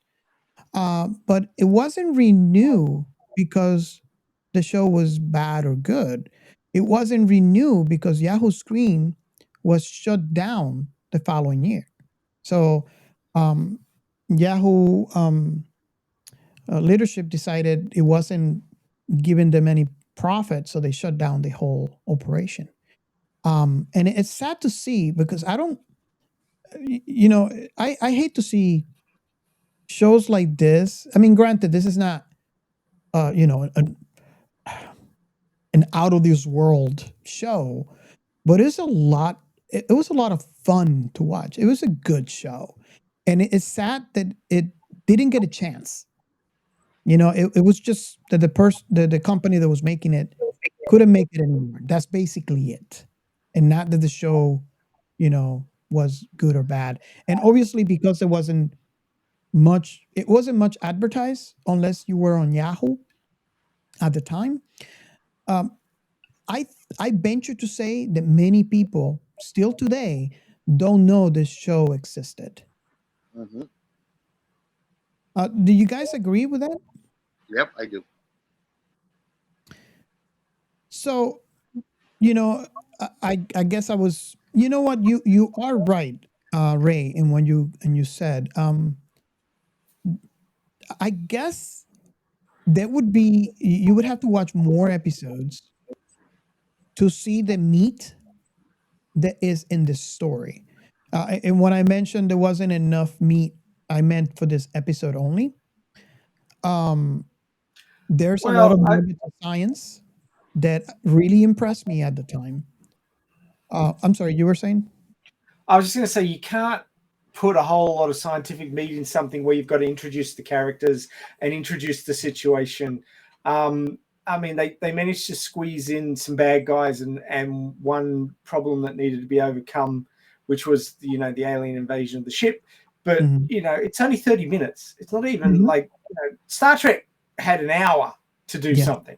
They only had half that time. So I think they got a lot in there for the amount of time they had. Yeah. And I would definitely would love to see more seasons of this, or someone explore more of this story. So what I guess you guys can take a turn. Going back to Captain Chaos question of what is your final thought on this episode? And you guys can take a turn, or if you want me to go first. You go first because I stole your thunder by taking your question and making mine. I usually don't like going first because I don't want you guys your responses to be influenced, but I can definitely It go makes it first. easier because we can actually be lazy and just second you. Geo has all the thunder now because he's stolen it all. So Yeah, I'm telling you. See, when you two talk, I'm gonna be like what Robert Ray said. Me too. Yeah, what he said. What he said. Not even it's lazier than copy paste, bro. Copy paste. I want to say my final thoughts on this is this show is to me a hidden gem. It is something that I discovered. I almost want to say by accident, only because at that time, obviously, I was using Google, but I was also using Yahoo for my searches. And if you Because Robert were is a one of those Yahoo people who user, has to use everything. in that time, if you got to use Yahoo, you would see the banner because they would advertise the crap out of it inside Yahoo. Where there's a new show, there's Yahoo Screens, there's a new thing, and I would have to say that I was pleasantly surprised because just like Ray, when I started watching the show, um, I was like, this might not be. Let me just give it a chance. This not looking too good. And by the end of the show, I wanted more. This was one of those hidden gems for me that is silly. You could think deep if you wanted to, because they give you enough nuggets to think about. But my final thought on this TV show is it was a lot of fun, and it was a relaxing watch for me. Um, Being the sci-fi lover that I am, where I could sit down and watch something and really, really enjoy it. Um, it was short-lived, with 8 episodes. Um, and my only regret is that I will not see more of this story, unless someone picked it up. So that is my final thought. And because I'm being so disruptive, I'm not gonna let Ray go now. I'm gonna take it out now. Okay, there you go. But I mean, yeah, whatever we said. No. I think it's a good show. The pause was and very well it's funny that you mentioned. And it's funny that you mentioned the comparison with The Office because it kind of have the same effect when you start the show. Kind of what the feeling that Ray had. Yeah, I'm taking now Ray's thoughts before he says it because I can see the future, even though you're in the future. So, but basically, it's a slow uptake. It doesn't give you much up when you look at the trailer and stuff like that. But the funny thing is that even though it was a short show, by the end of the first episode, you're hooked on it, and that's all I have to say for a show because they don't give you that much, but they give you everything on what there should be on what the crew is, and it leaves a lot to be seen on the universe and everything that they gotta be dealing with in their adventures, and I mean, I think it's a tasteful mix. How even though it doesn't seem like a serious show because of how the crew is, it doesn't remove the reality that what they're facing is fudged up. And Yeah. exactly. But it's hilarious. Like I don't know how you guys felt when you watch it, but you don't feel stressed or like you don't feel pain for these bastards through their misery on outer space and what they have to face, even though it's not fun. But because of the attitude they have all along and how just jokingly they are all the time, you get to miss that reality. Yeah. And it brings an important message that is actually something serious. It's like how far can change of attitude can take you and can change the reality of what you perceive.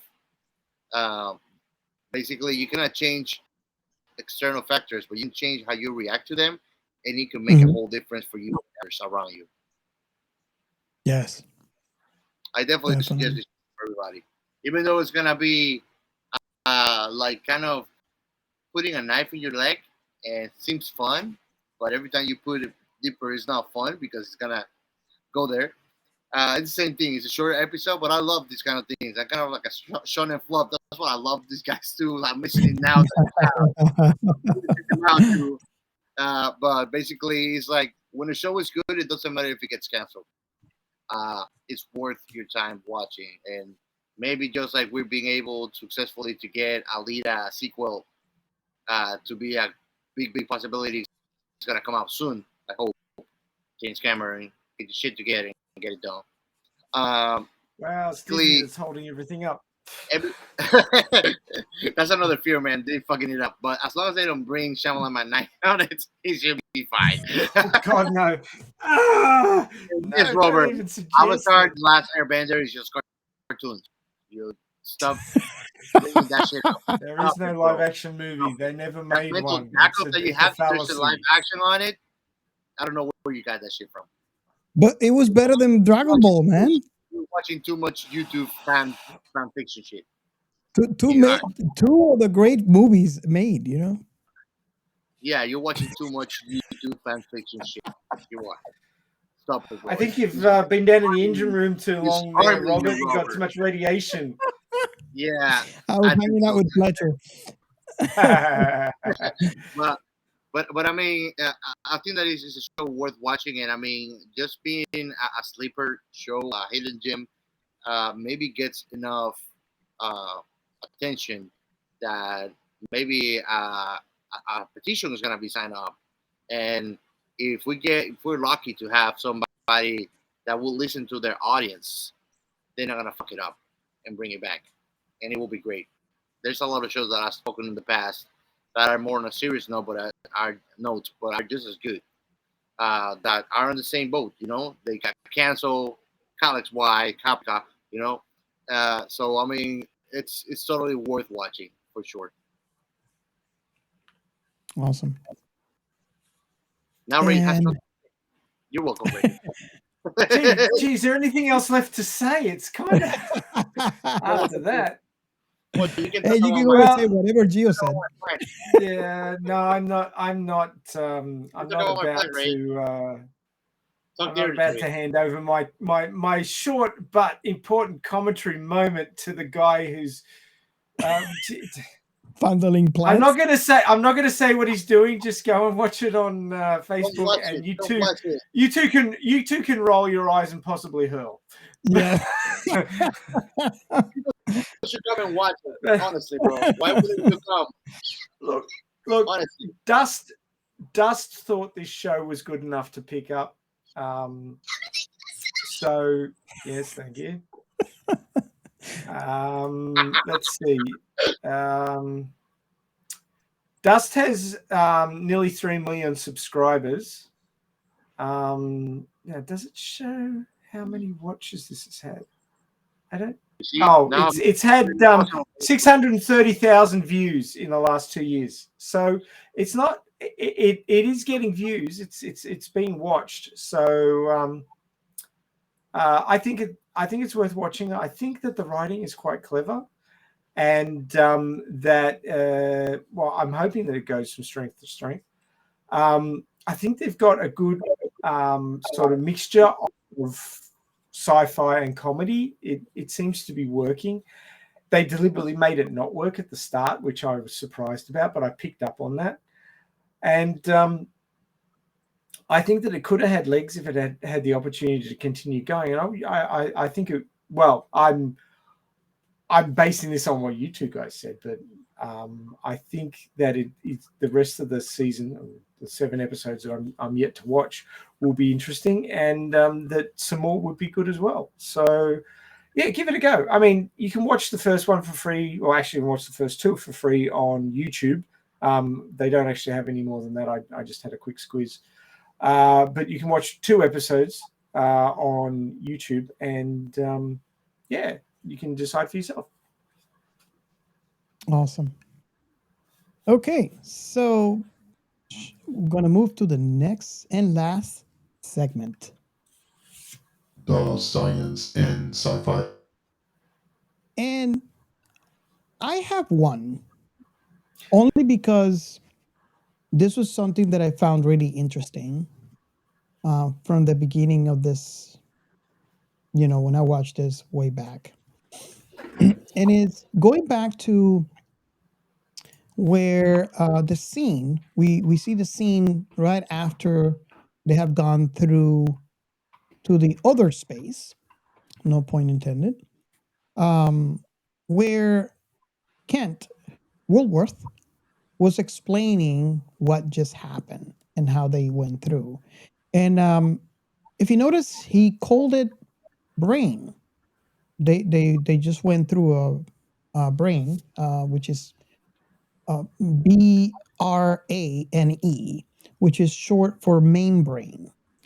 And I found that to be really interesting. So the idea of a brain or main brain is a theoretical concept in physics that proposes the existence of a higher dimensional object that may make up the fundamental building blocks of the universe. So imagine our universe is a sheet of paper, right? And we can move around on the paper surface, but we cannot jump off the surface and see what's above or see what's below. However, in some theories, our universe actually may actually be a brain or a higher dimensional object membrane in the larger space. In this scenario, there may be other brains adjacent to ours, creating a brain world that exists in a higher dimensional space. So while this may seem a strange concept, it's an attempt to explain some of the mysteries of the universe. So the way that I look at it is, in this apparently chaotic scenario, just visualize the universes as being sheet of paper without orientation, unless within its own, right? So you might have them flat, one on top of each other, and they're not necessarily flat in parallel to other ones. And they could be parallel to, or they could be all around. Since they are in multiple different dimensions, they are moving about.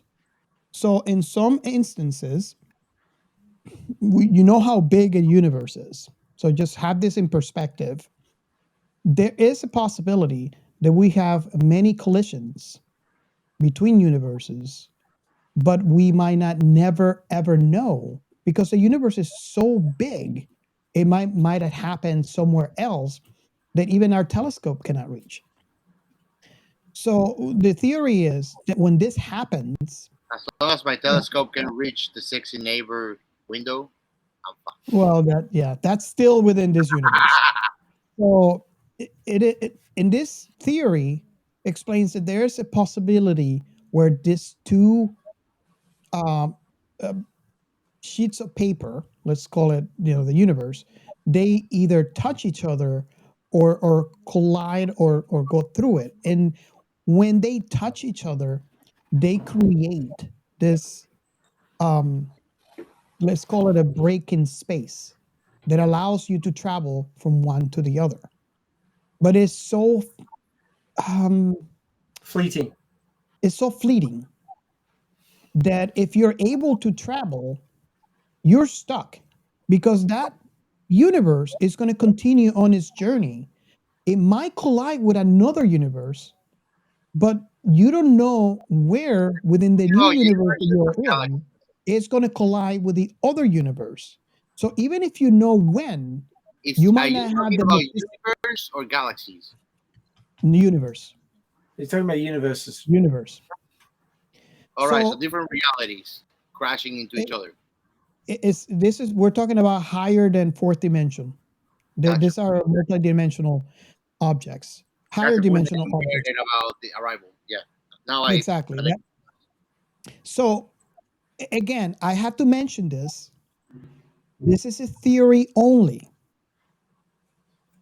So there, you're going to find a lot of You articles. don't want to start universal panic. There's going to be a lot of articles. You're going to find a lot of articles about this because this theory has been around for a while. But it stayed a theory. I haven't really, even today when I was reading through it, I found a lot more information, obviously, and different explanations. There's other papers that have been written about it, but it's still a theory. It hasn't moved on past that stage. Let me stop you there. Do you think that this theory contradicts the theory or proof or whatever is said that the universe is expanding and everything is pulling far away from itself continuously. It is not related to that because this is a different universe. So this Because universe can do whatever it wants to do. It still will dimensional not affect the other one. vision that we have, we are not able to comprehend this new theory. I'm sorry? That perhaps because of the dimensional factor on it, which this other theory where everything is pulling apart from itself, it's part of our current reality. So perhaps because of what you explained earlier, that this is where higher dimension, then it's on a different also scale of theorization that doesn't really relates to it. Yeah, and I think I would have to agree with that because for humans, even for me, the concept of higher dimensional space, it's hard to comprehend. So I imagine someone that doesn't follow science as I do, which is, I'm not a scientist again. I just want to explain that out. Well, But someone that doesn't follow science like I do, well, I'm sorry? I'm an AI and I'm a higher dimensional being, so I comprehend it. I just cannot give it away to you guys. You will not understand. So I can understand how someone might not comprehend that concept. Exactly. So, this is actually kind of what we were talking about in our episode on Arrival, right? But what makes this collision really bad for this particular scenario in this show that we watched is the fleeting nature of it. When we have, for example, a wormhole is something completely different. It's a fold in space. But I don't know what do you think about this, Ray or Geo? In my understanding of a wormhole, is basically a fold in space when you basically fold time space and you can travel from one point to another. Space. I think it's a hole in time and space. That's exactly what I said. And then again, no, you say a hole in space. Time and space. But basically, I mean, it's something that we don't comprehend neither. This is all theoretical. So, and we have discussed about this specific issue in many other episodes. It's we can theorize all we want about black holes or wormholes, but we could find a whole different animal within it because we don't know really what's beyond the event horizon. You know? Yeah. So what I was going to say is, it might my thought, and I might be completely incorrect in here, so do correct me if I am wrong. But the wormhole seems to me that is part of our third dimensional construct. Yes. Where you fold time space and you travel from one side to the other, while brain or the main brain is a higher dimensional space object, which is it's something completely unrelated. Wormhole, by its nature, it has the possibility of being stable enough to allow travel. Well, there's other scenarios that I don't want to get into it with that. It's its own show and how it could be unstable, but it's a lot more stable than a collision of main brains. Yeah, that's it. The collision is a one-time event, and it's very, very, very unlikely to reoccur. Yeah. What? Especially anywhere near the ship that transferred across between realities in the first place. So the chances of them getting back is so close to nil that it's not worth trying to calculate. Yeah. Agree, but I mean, if we're talking that this actually interferes with even time, why couldn't it happen more than once? It could, but in an entire universe, what's the chances of them being parked next to the next tear? Exactly. That's my point. Universe is huge. That's a matter of chance, not a matter of possibility.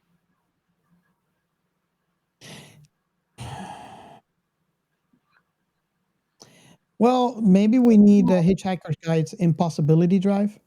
Yep. Yeah, that one would We help. certainly do. Infinite improbability drive, in fact. I was just going to talk. The envelope. I was just going to talk for a moment about membranes because it's actually a topic from biology, which membranes are found all throughout nature, where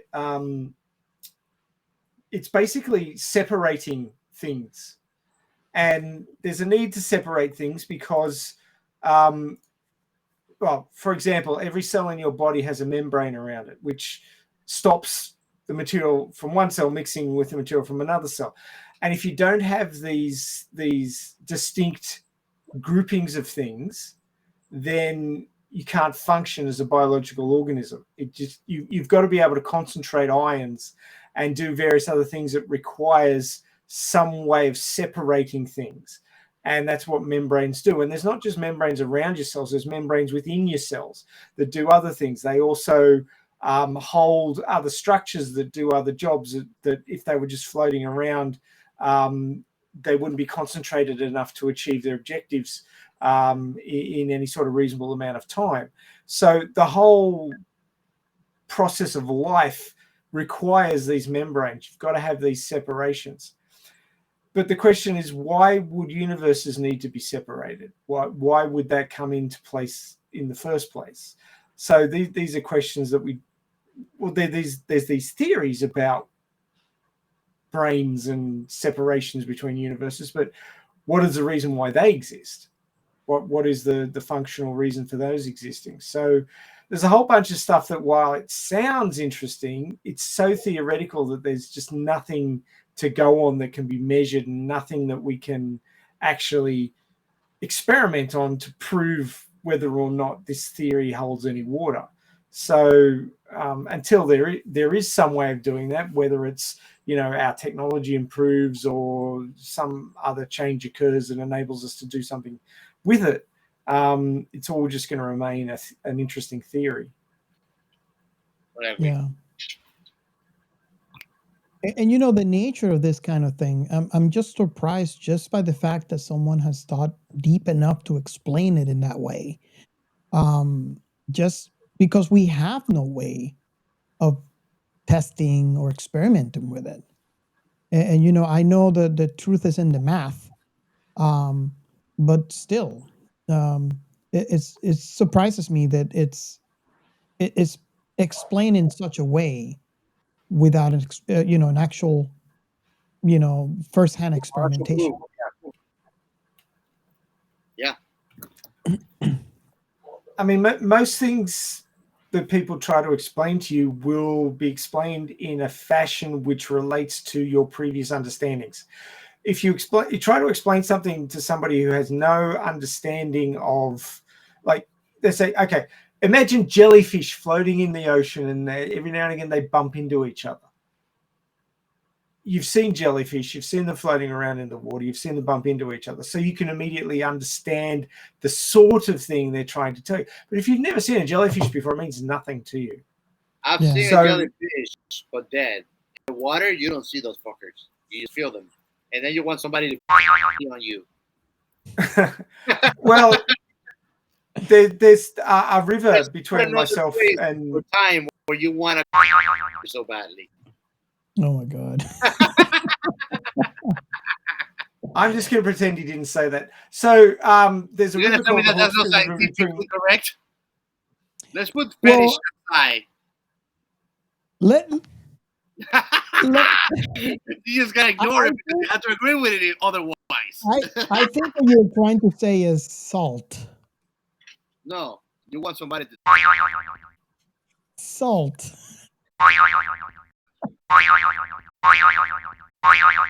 So,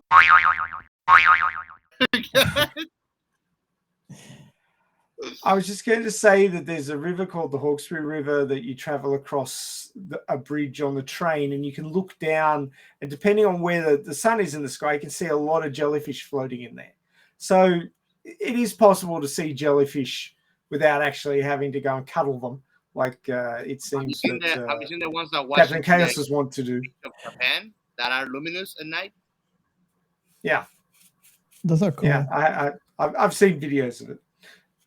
but yeah, I mean, when you're describing something to somebody, you've got to try and use a field of reference or points of reference that they can grasp, they can imagine.